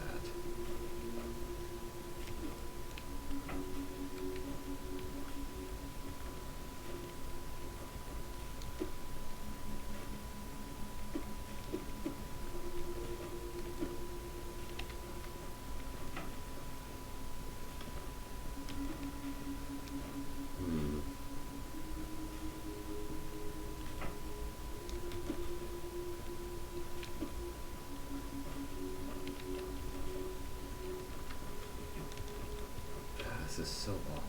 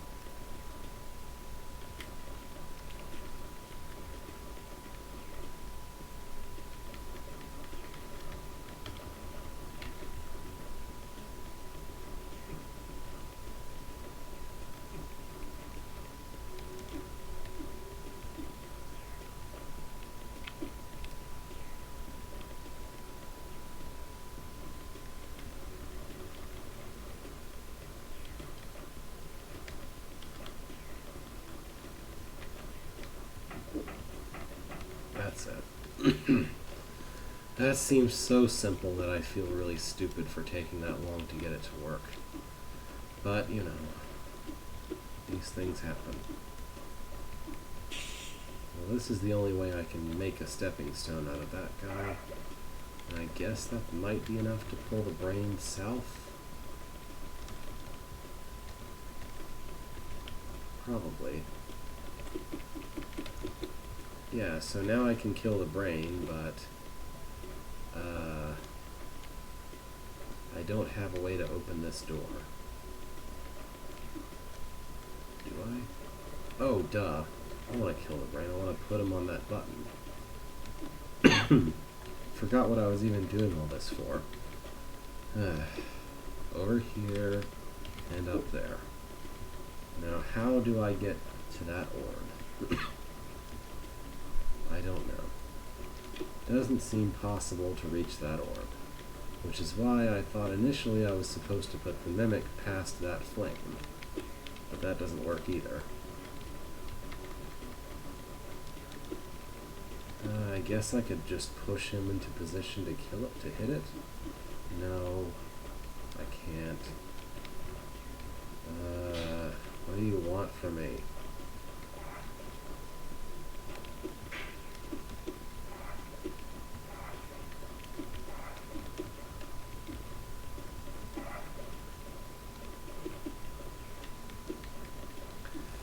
It looks to me like all three have to survive to hit all the trap doors because the mimic has to be in the middle, and Beethro can be on the left or right, and the construct has to be in the other place, but there's no way to hit this orb because there is no way to turn off this fire trap except for hitting that orb, which I can't do unless I start the mimic in there, which I can't do because I needed the mimic out here past the force arrow in order to be able to get the brain, in order to push the button, in order to get to where this stupid thing is.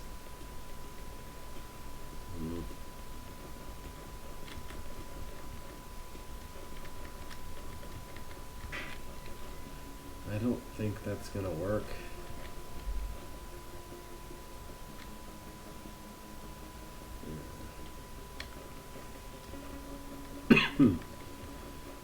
Whoever is moving twice has to be the one who moves first.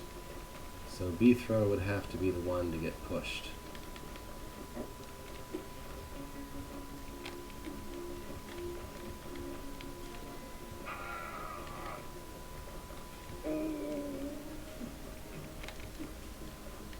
The orb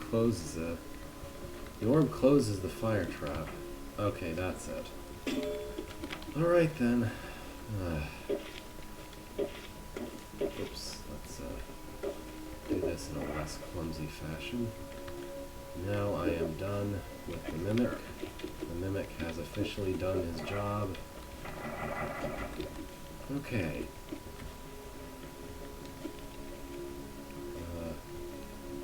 Let's carefully handle this.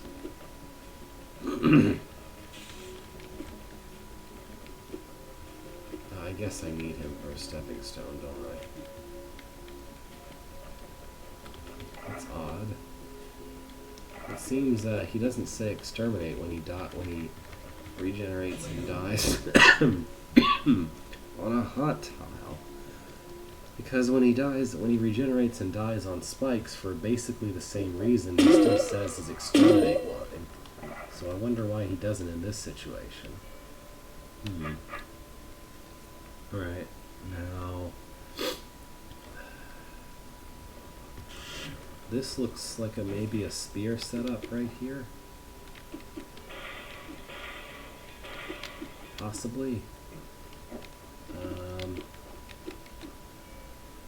No, maybe this is another pickaxe setup. It's hard to tell.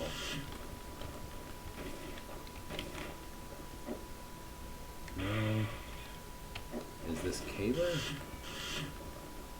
Caber can't destroy walls. So it's not Caber.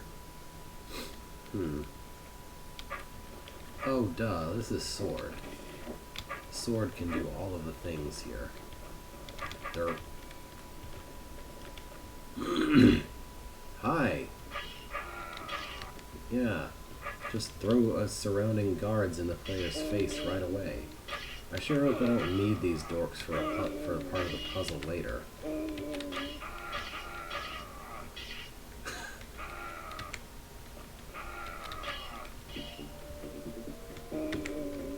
What a pain.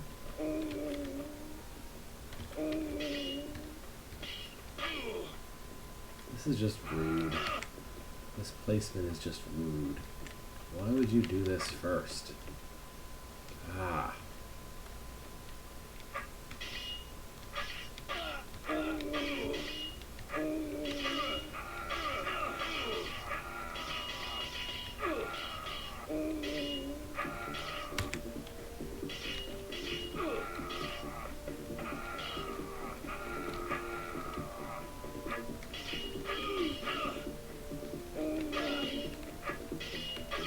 It is interesting how convoluted the mechanism had to be to require a sword.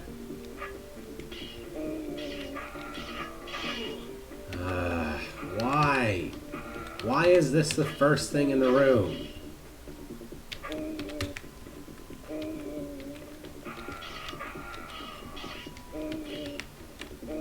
This is just bad.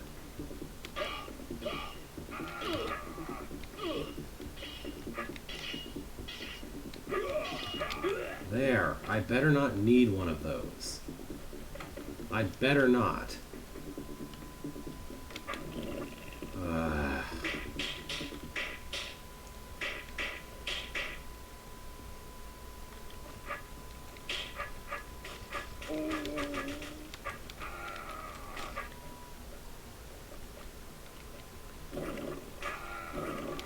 I don't even know, like, what even all the nonsense in this room is. I guess there's a button here that opens that. There's a token for some reason. Okay. I don't know. I don't get it. Let's just kill all the things first. That's usually how a sword room goes. Just kill all the things, right?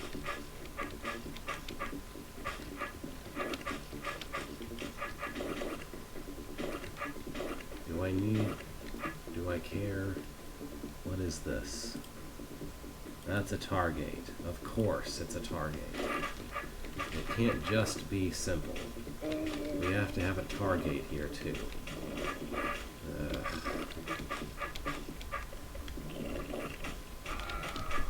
Can I even destroy that at this point?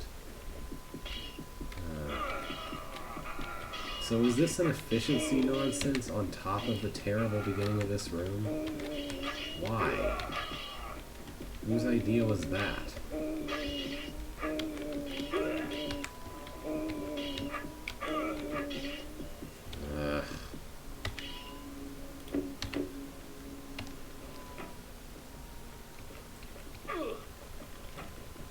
Okay.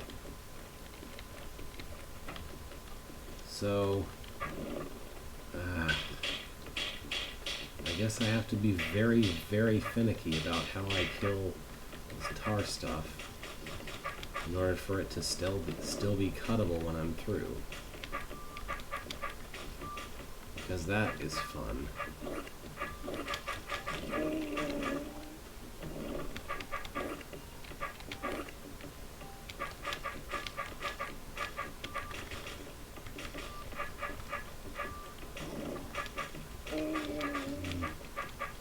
That's just one of my, I don't know, I say it without thinking.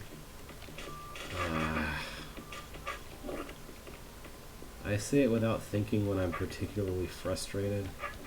It usually makes sense as a complaint statement because, of course, most video games are made by at least 2 people. But even then, it's not really a serious question asking for information. It's just saying, I think this was a bad idea, and I kind of wish it wasn't implemented into this thing that I'm experiencing.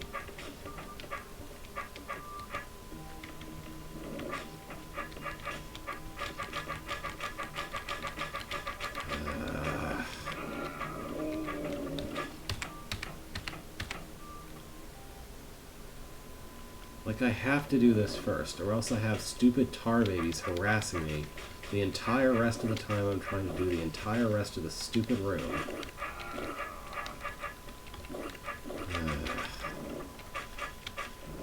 And of course it's designed to be as painful as possible to try to do. Like, why?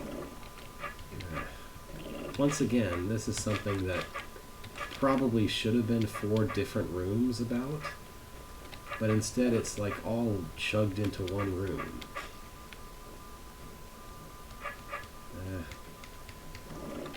I'm not really doing anything else today.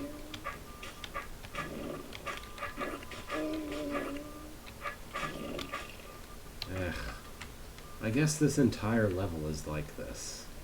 It's like, let's take something that could have been about 4 or 5 rooms and make just one room out of it.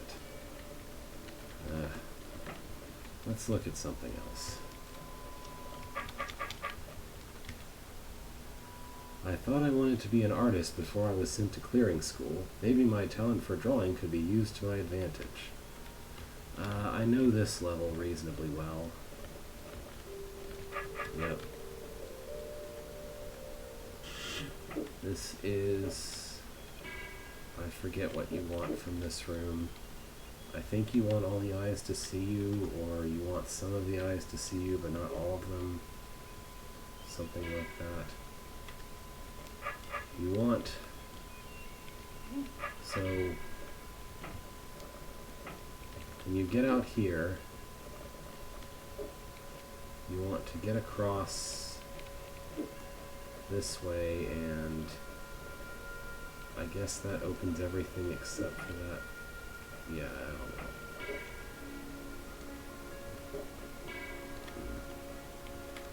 That must have been a bit ago. I gave up on that room because it was too much, it was too painful. Oh, yes. So for that guy, I need this. The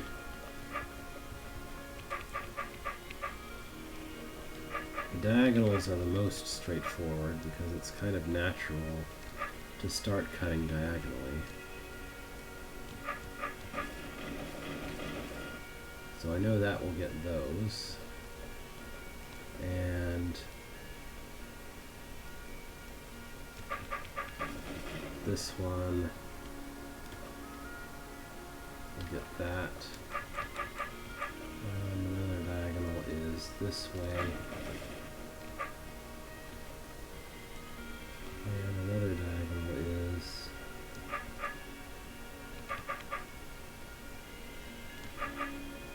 this way.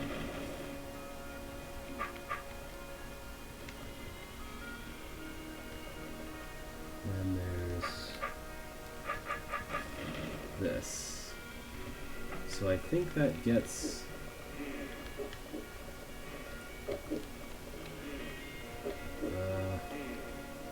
alright, so that gets all of these. I'm still missing a couple of diagonal ones, but I just noticed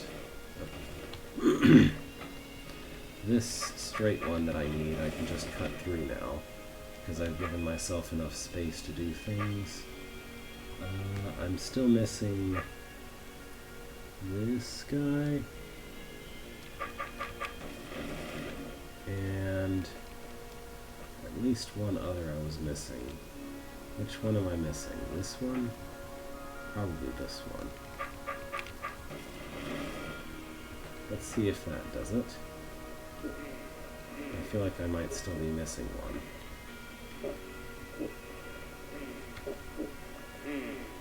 Okay, anybody else? Yeah, a couple of the other side, okay. So I need one path going this way, and I think a path going this way.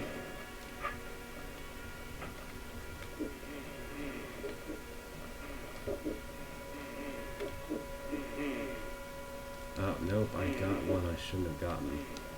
Which one did I get that I shouldn't have? the very most recent one. I was thinking of this guy. This is what I need to do. Look at that nice symmetrical pattern. This is probably it. Did I get everybody? I think I got everybody.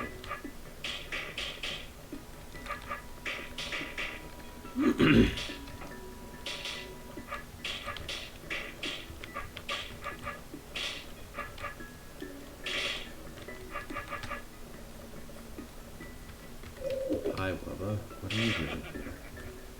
Why is there a Wubba in this room?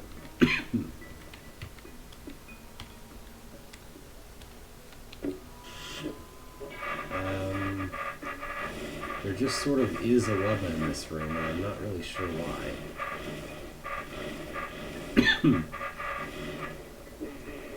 Oh, is that all? Okay.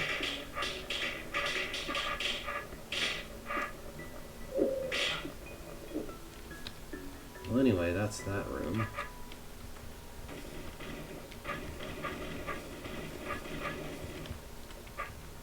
That didn't quite work out as I'd hoped it would.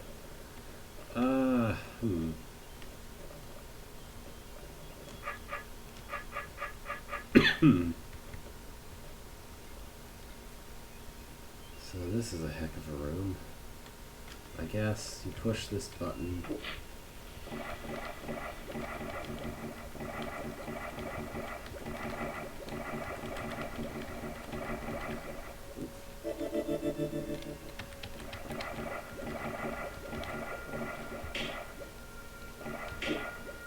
Yeah. So this is literally just match the pattern exactly, which is a little bit lame, but not terrible at least.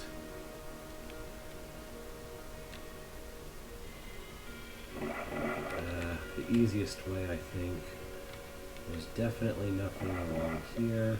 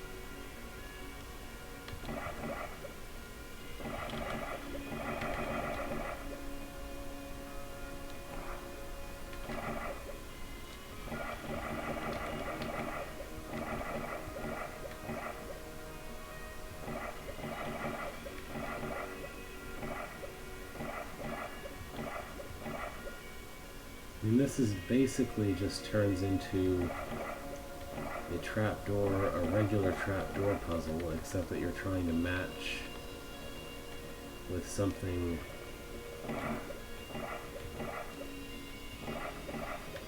that you can only sort of see,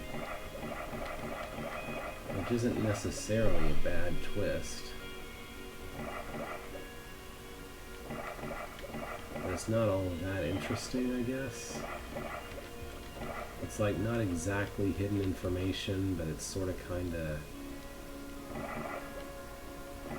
just squaring your head against a differently presented information.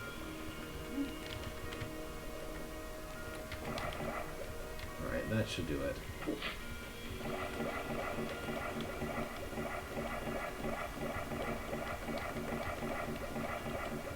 I guess this is the equivalent of tracing. Oh. I missed a spot. When did I miss that spot? When did I miss that spot? Way back here. Oh boy.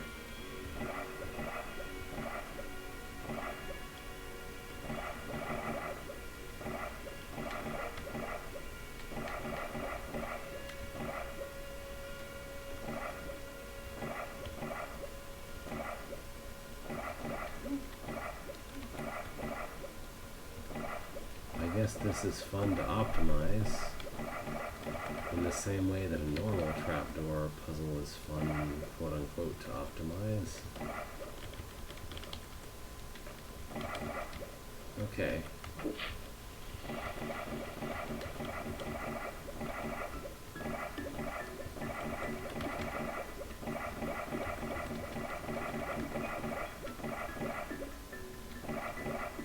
Oops.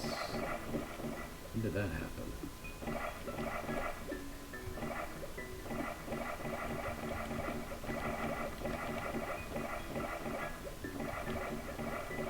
Perfect.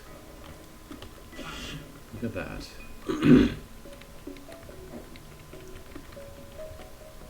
And this is the same idea, except I guess that the resulting... never mind. I guess you can't copy in this one. Okay. Yeah. I might have solved this one before. I'm not sure. But we're setting up the trapdoors to guide the queens to their dooms. I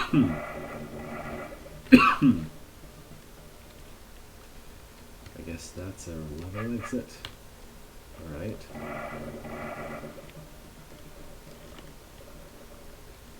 Well, this is what blank canvas is about. I think this is enough, perhaps, of a preview, at least.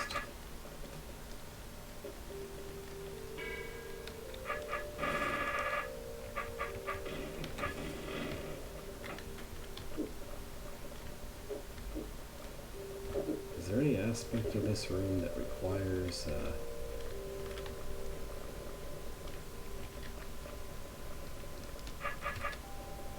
I guess not. Alright.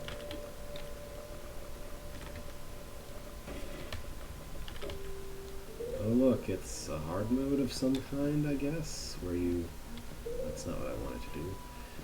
Where you put in some mirrors or something? Oops. Okay. That's not what I wanted to press. Let's go and look at one more thing. I have a lot of time. I don't really have anything else I need to do today. I just have to eat supper eventually, but I had a late-ish lunch, big-ish lunch. Anyway, let's have a look at this. This is Outposts by Super V. Beethro Budkin, Smite Master, walked for months and months on the high path to reach Rooted Hold. He passed through many buildings, solved many puzzles, and smited many monsters. Will he finally reach Rooted Hold, or encounter other problems to solve? Where's my phone? It's supposed to be on the charger. Here we go. Alright. Will he finally reach Rooted Hold? I don't know. Oh, this, very similar. Beethro Budkin, Smite Master, walked the high path for months and months. The high path should bring me soon to Rooted Hold, Beethro said. But after the great buildings that Beethro found on his path, something smaller and more numerous is awaiting. I don't know what that means, but okay.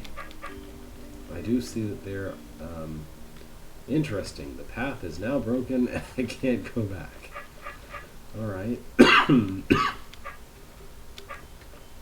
I guess I should endeavor to kill the one that's to my west, because he's going to be the most annoying to try to kill. Sigh. I'm tired. Whoops. This path is always so repetitive.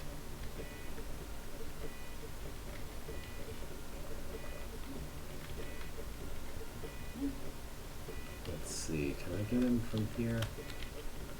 Seems like there should be a way to get him like this. Do I have to do some magic trick or something?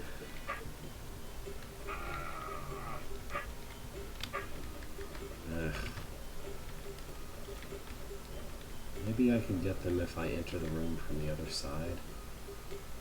I can see some kind of structure to the north. Something different, finally. It's just an it's just an abandoned outpost. I can see more of these to the north. I wonder why there are many of these buildings. Not why there are so many, why there are many.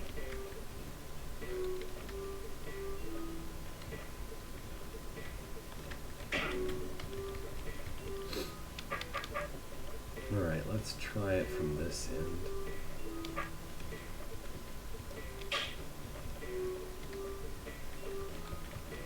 There we go. Maybe that would have been what the heck? Maybe that would have been perfectly doable from the south, but I don't know. I found it easier from the north. This outpost is infested by monsters. You mean just like the last one? Okay. Here are some buttons that do something. Here's a rattlesnake for some reason. Trapdoor gate.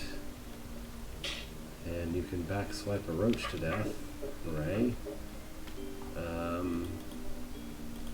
We need this button pressed somehow. I guess I want the rattlesnake to push that button. How am I supposed to have the rattlesnake push that button? I don't know. The rattlesnake is not going to cooperate in that particular manner.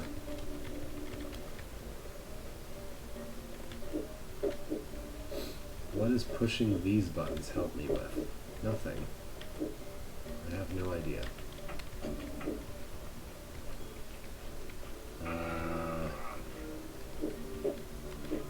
So I can't. There's no way to drag the roach to keep him just to the west of where the rattlesnake wants to be, for example.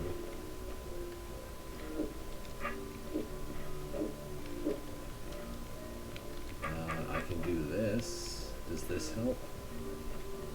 Maybe. I don't know. This is an awful linear hold to run into I don't know in the first two rooms. In the third room, or yeah, in the third room, but effectively kind of the second one. I mean, it looks to me like what I need to do is either have the roach or the rattlesnake still on the force arrows when I push this button. I don't feel like I stand any chance of doing that with the rattlesnake, so I guess the roach? I mean, I can get around and have him on the arrows when I'm south of him.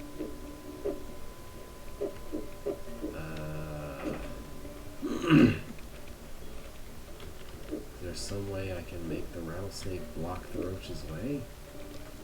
Not that I can think of.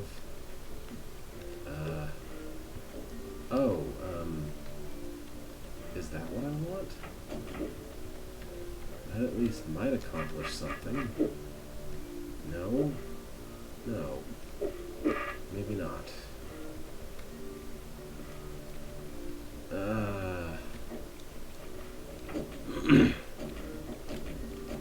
What do you want me to do here?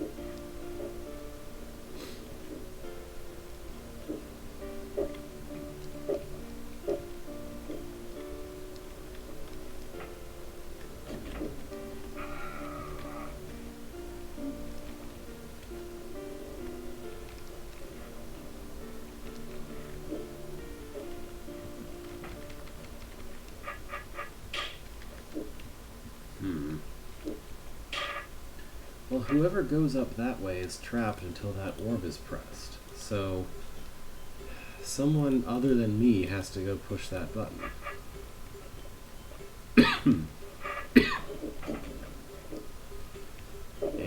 don't see any way for it to ever be the rattlesnake, because somebody has to be standing up here for that to happen.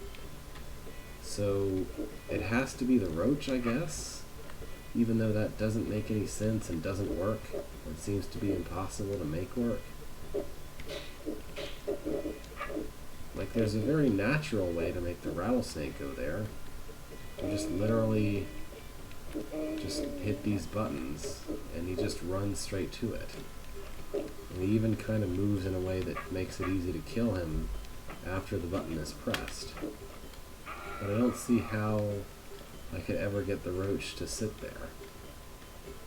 I mean, these buttons don't help.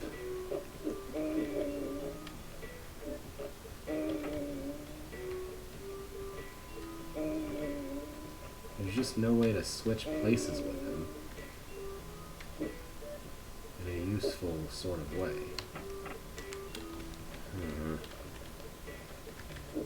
Let's try doing the roach first again.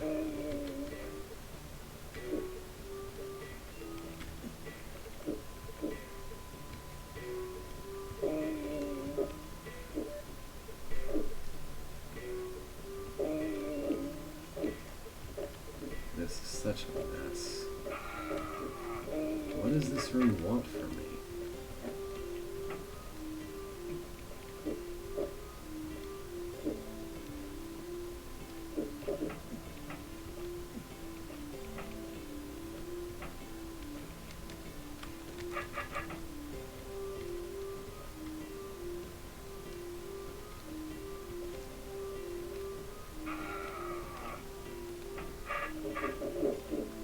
Realistically, I don't see a way to keep the roach on the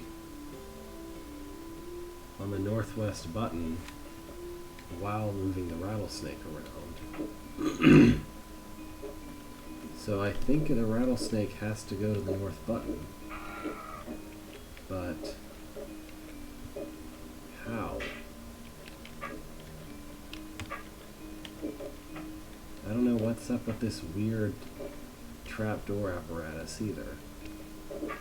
The only purpose this apparatus could possibly have is that there's no way to get orthogonally back onto the button that releases the roach after it's used, which makes me wonder if I'm supposed to somehow manipulate this rattlesnake into pushing into walking past that trapdoor instead of me doing it.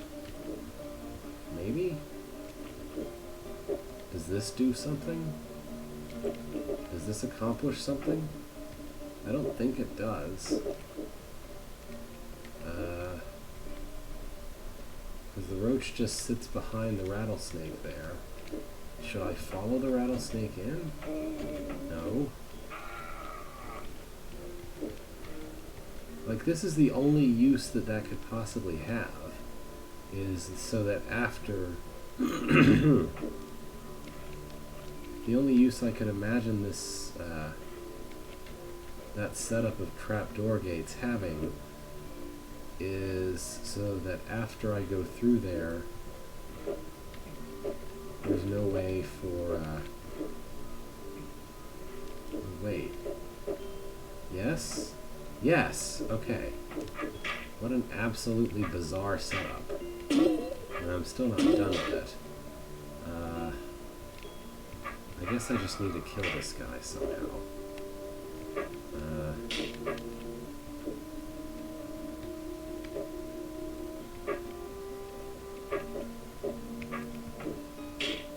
Yeah, okay.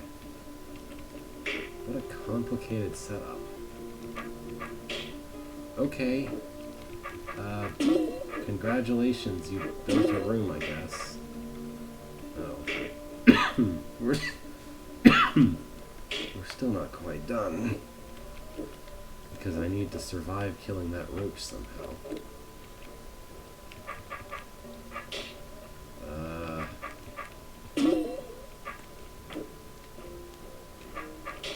I guess, I can do this. Now, does this accomplish something? No? think so. Do I not want to kill the rattlesnake yet? How do I get the rattlesnake into a useful place while also keeping the roach where I want him? Is this a weird snake timing thing? What? Okay. Rattlesnake's still alive. I've got out the north roach. The rattlesnake can't follow me through here. So I can push him onto that button, which enables killing this roach. And I never have to push that orb at all.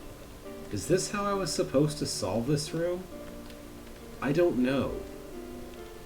I don't understand what the goal of this room was. Also, I just realized there's a bridge path here and I could totally have skipped this room. What is this room supposed to look like? Hold on. What does the 90 move solution look like, okay? How did Naomi solve this? Push, okay. So, alright. So, this looks a lot like what I did, except the beginning is different. I guess this is what the first step is supposed to look like. You pull the rattlesnake west, and then bump the roach against that thing to pull him north. Then again, I guess calling this the way the room is supposed to work is just assuming that the fastest way is the intended way, which isn't necessarily true.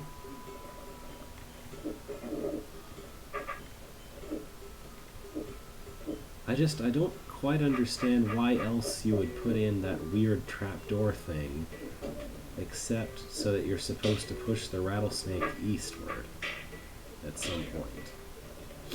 This is so, I don't know, it's just such an odd room. I don't feel too clever for solving it, I just feel sort of lucky, like I stumbled into whatever interaction machine it wanted, eventually.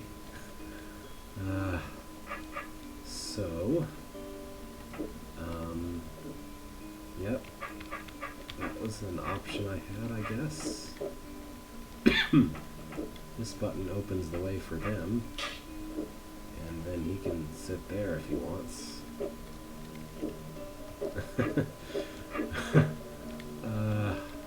Yeah. I'm not really trying hard enough to read this room, I'm aware. Okay, hang on. Let's try to understand what this room wants. It's a little irksome that there's not a checkpoint, like, in a useful place here. And I guess this is good. Like, I want a checkpoint before I start doing things, but after I walk this really long path to get here. So this button opens that for the roach to get out. This button lets the goblin out. And maybe also the roach. This button lets the rattlesnake out. There's no way for Beethro to stand here, so this is a really badly placed checkpoint. Because if Beethro stands here, he's stuck. I guess I need somebody to stand here indefinitely so I can kill this eye. And the obvious candidate is the rattlesnake, because everyone else is just going to run away in an unhelpful manner. But the rattlesnake really likes just stepping straight onto that one-use plate over there. So that's not any good.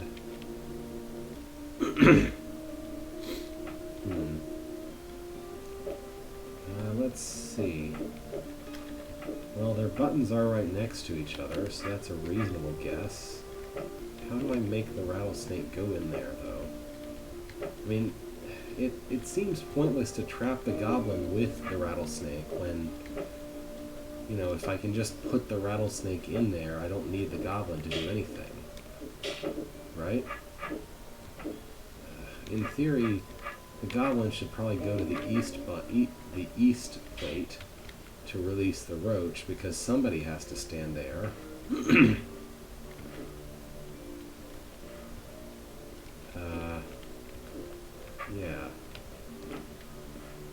guess trapping the goblin there is a good start. And then try not to push him east anymore until I'm ready for it.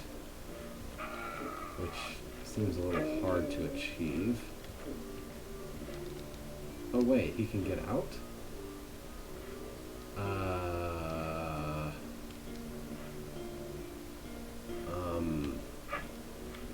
Yeah. So to open the trapdoor gate, you have to go out through here and hit that, and come out and hit this trapdoor. Or you can go up through this trapdoor and go back. And if you've got the trapdoor gate open, then you can go around here. Why is that useful?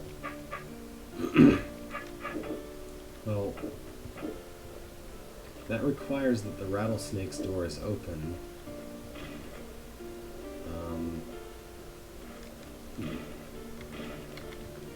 Well, I don't want the rattlesnake on that button. So I know that. I know I do not want the rattlesnake trapped there. If the rattlesnake is trapped there, then I can't trap anyone on this on-off plate.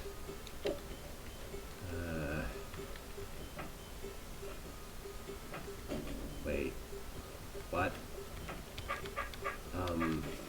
Is this good? Do I want this? Is this what I want? I don't know. Everything's open now. All I have to do is let everybody out a little bit. And yeah, this seems normal.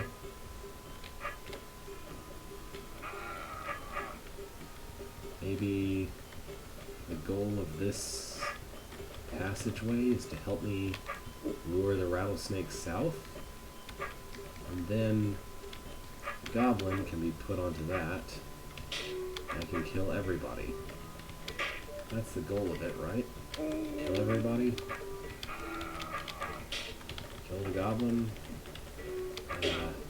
Here's a weird open green door placement that doesn't appear to enforce anything. What a weird room. So, yeah.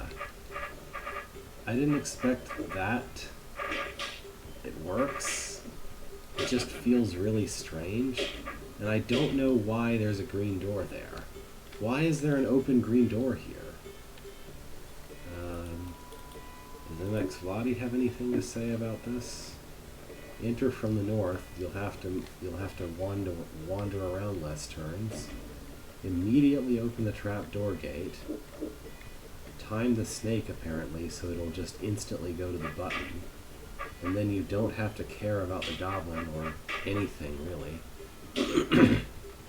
Alright. I doubt that's the intended solution, but I don't know what it is.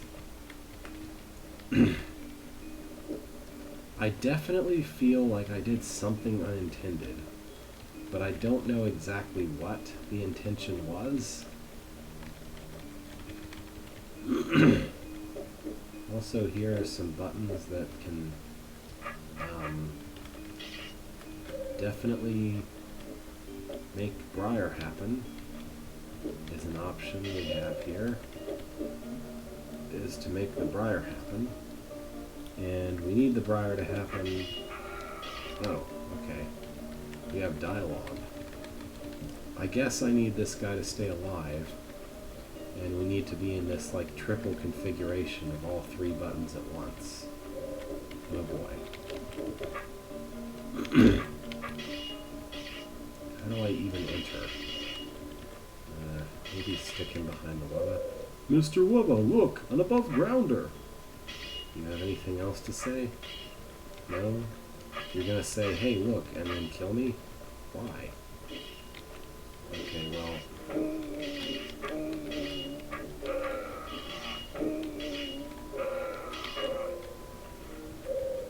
I think I'm supposed to put the Wubba in the middle? That's my guess. The Wubba in the middle, and me and him on the opposite sides of it, or something. Like this. but for longer. Also, I don't know why there's this force arrow here. How do I keep him there any longer? Does this help? Is that what's supposed to happen? That worked. I don't know if that was supposed to work. I don't know how else to keep it. Maybe that's what you're supposed to do, because I don't know how else to keep a guard still except to pace around. And it seems like this was designed in such a way that the briar would grow every other turn or so. Anyway, another Mr. Wubba room. This one has 4 buttons, I guess. Oh no, it has 3 buttons, but one of them matters more than the other ones? Okay. Wubba, prepare to fight! I guess the Empire is giving Wubbas as pets for guards. Alright. I don't know if is the right word to describe what we're experiencing.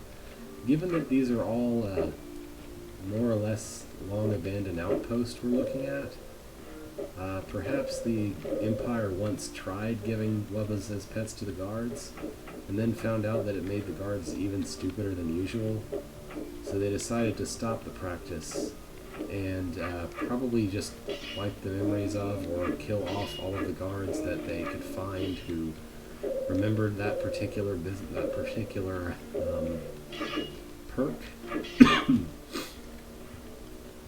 You know, guards are disposable clones anyway, so we can kill as many as we have to keep this a secret. That kind of attitude. Who's supposed to be where in this room? Well, if the Wubba's where he is now, and the guard is on the button to the east, then I could probably step north and south and keep both of them still. So I'm rotating around this thing the wrong way.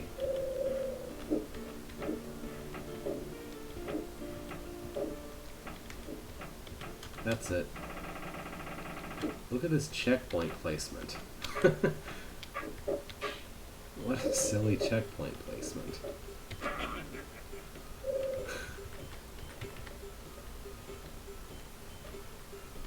Alright. Well, that happened. There's literally no way to... Oh, whoops. Cutscene. No more outposts. I guess I'm back to the old and repetitive path. I didn't actually want to...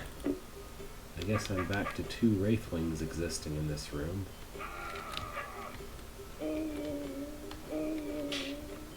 Alright, let's, can I swing you north of me? One of you starts north of me, but there's all this wall in the way. So maybe I could keep both of you north of me for now. Yeah, that should work. Just need to get... Oops.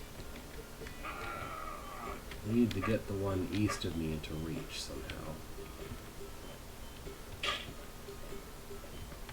That's it. And then just... Whoa, I can see a building of epic proportions north of here. No. No fracking way. After that room in the 8th floor in Dugan's dungeon, I promised myself never again. Alright. I'm gonna go back and,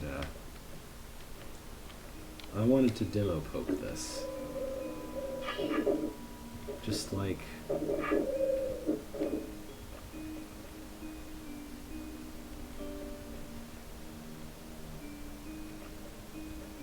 Yeah, I had the idea that that needed to be where the dancing took place, or rather, this is where Beethro goes because it's the only place with 2 tiles to play with. Otherwise, you're having to put Beethro on and off again, and I think this one might be configured so that you can't do that.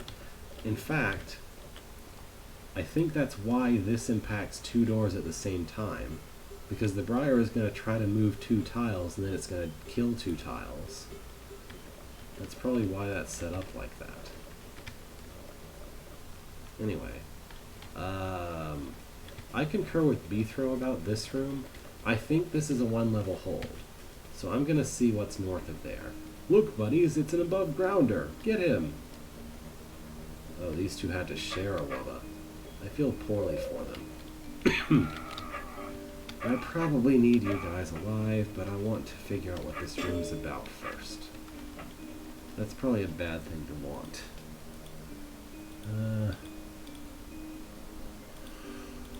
Oh boy. Look at this mess. And this mess is one you have to clear before you can move forward. Unlike previous messes. This is the room without a bridge path around it. How am I supposed to even get into this room?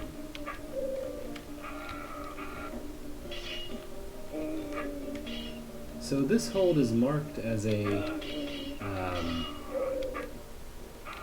TCB hold. It includes pressure plates and cracked orbs, so it is a TCB hold with all of those elements. But it speaks of a high path and rooted hold, which are things that were of interest more in the rooted hold era? I don't know. Has this architect ever made anything else? Because that's not a name I recognized. Alright, whatever. I've looked at like I've solved like 6 rooms, right? That's good enough for looking at this hold. Especially since it's probably a single level hold, maybe a really big single level. Super V. I don't remember seeing Super V's name anywhere. Okay. Finished outings with a Delver, finished looking at it. I think some of these rooms are still much more frustrating than they have any right to be. Maybe it's just that I'm not very good at them, though.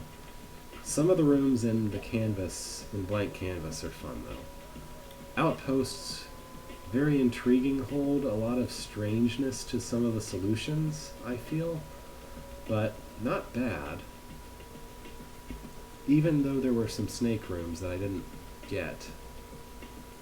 Interesting. I mean, it's a very competently built hold. There's just something odd about the necessary movements for some of those earlier solutions. I mean, it even has guard dancing very explicitly asked for without really telling you how it works, if that makes any sense. For the moment, thank you for watching. I'm glad to not be halfway into a hold this time and unsure how much to do next time. So next time we can look at the oversight, the very last of the O's, and move on to P's. I'm sorry if I was grumpy and about still coughing some. I haven't coughed all day for the most part, except for like while I've been trying to talk on stream. I don't know what that was about.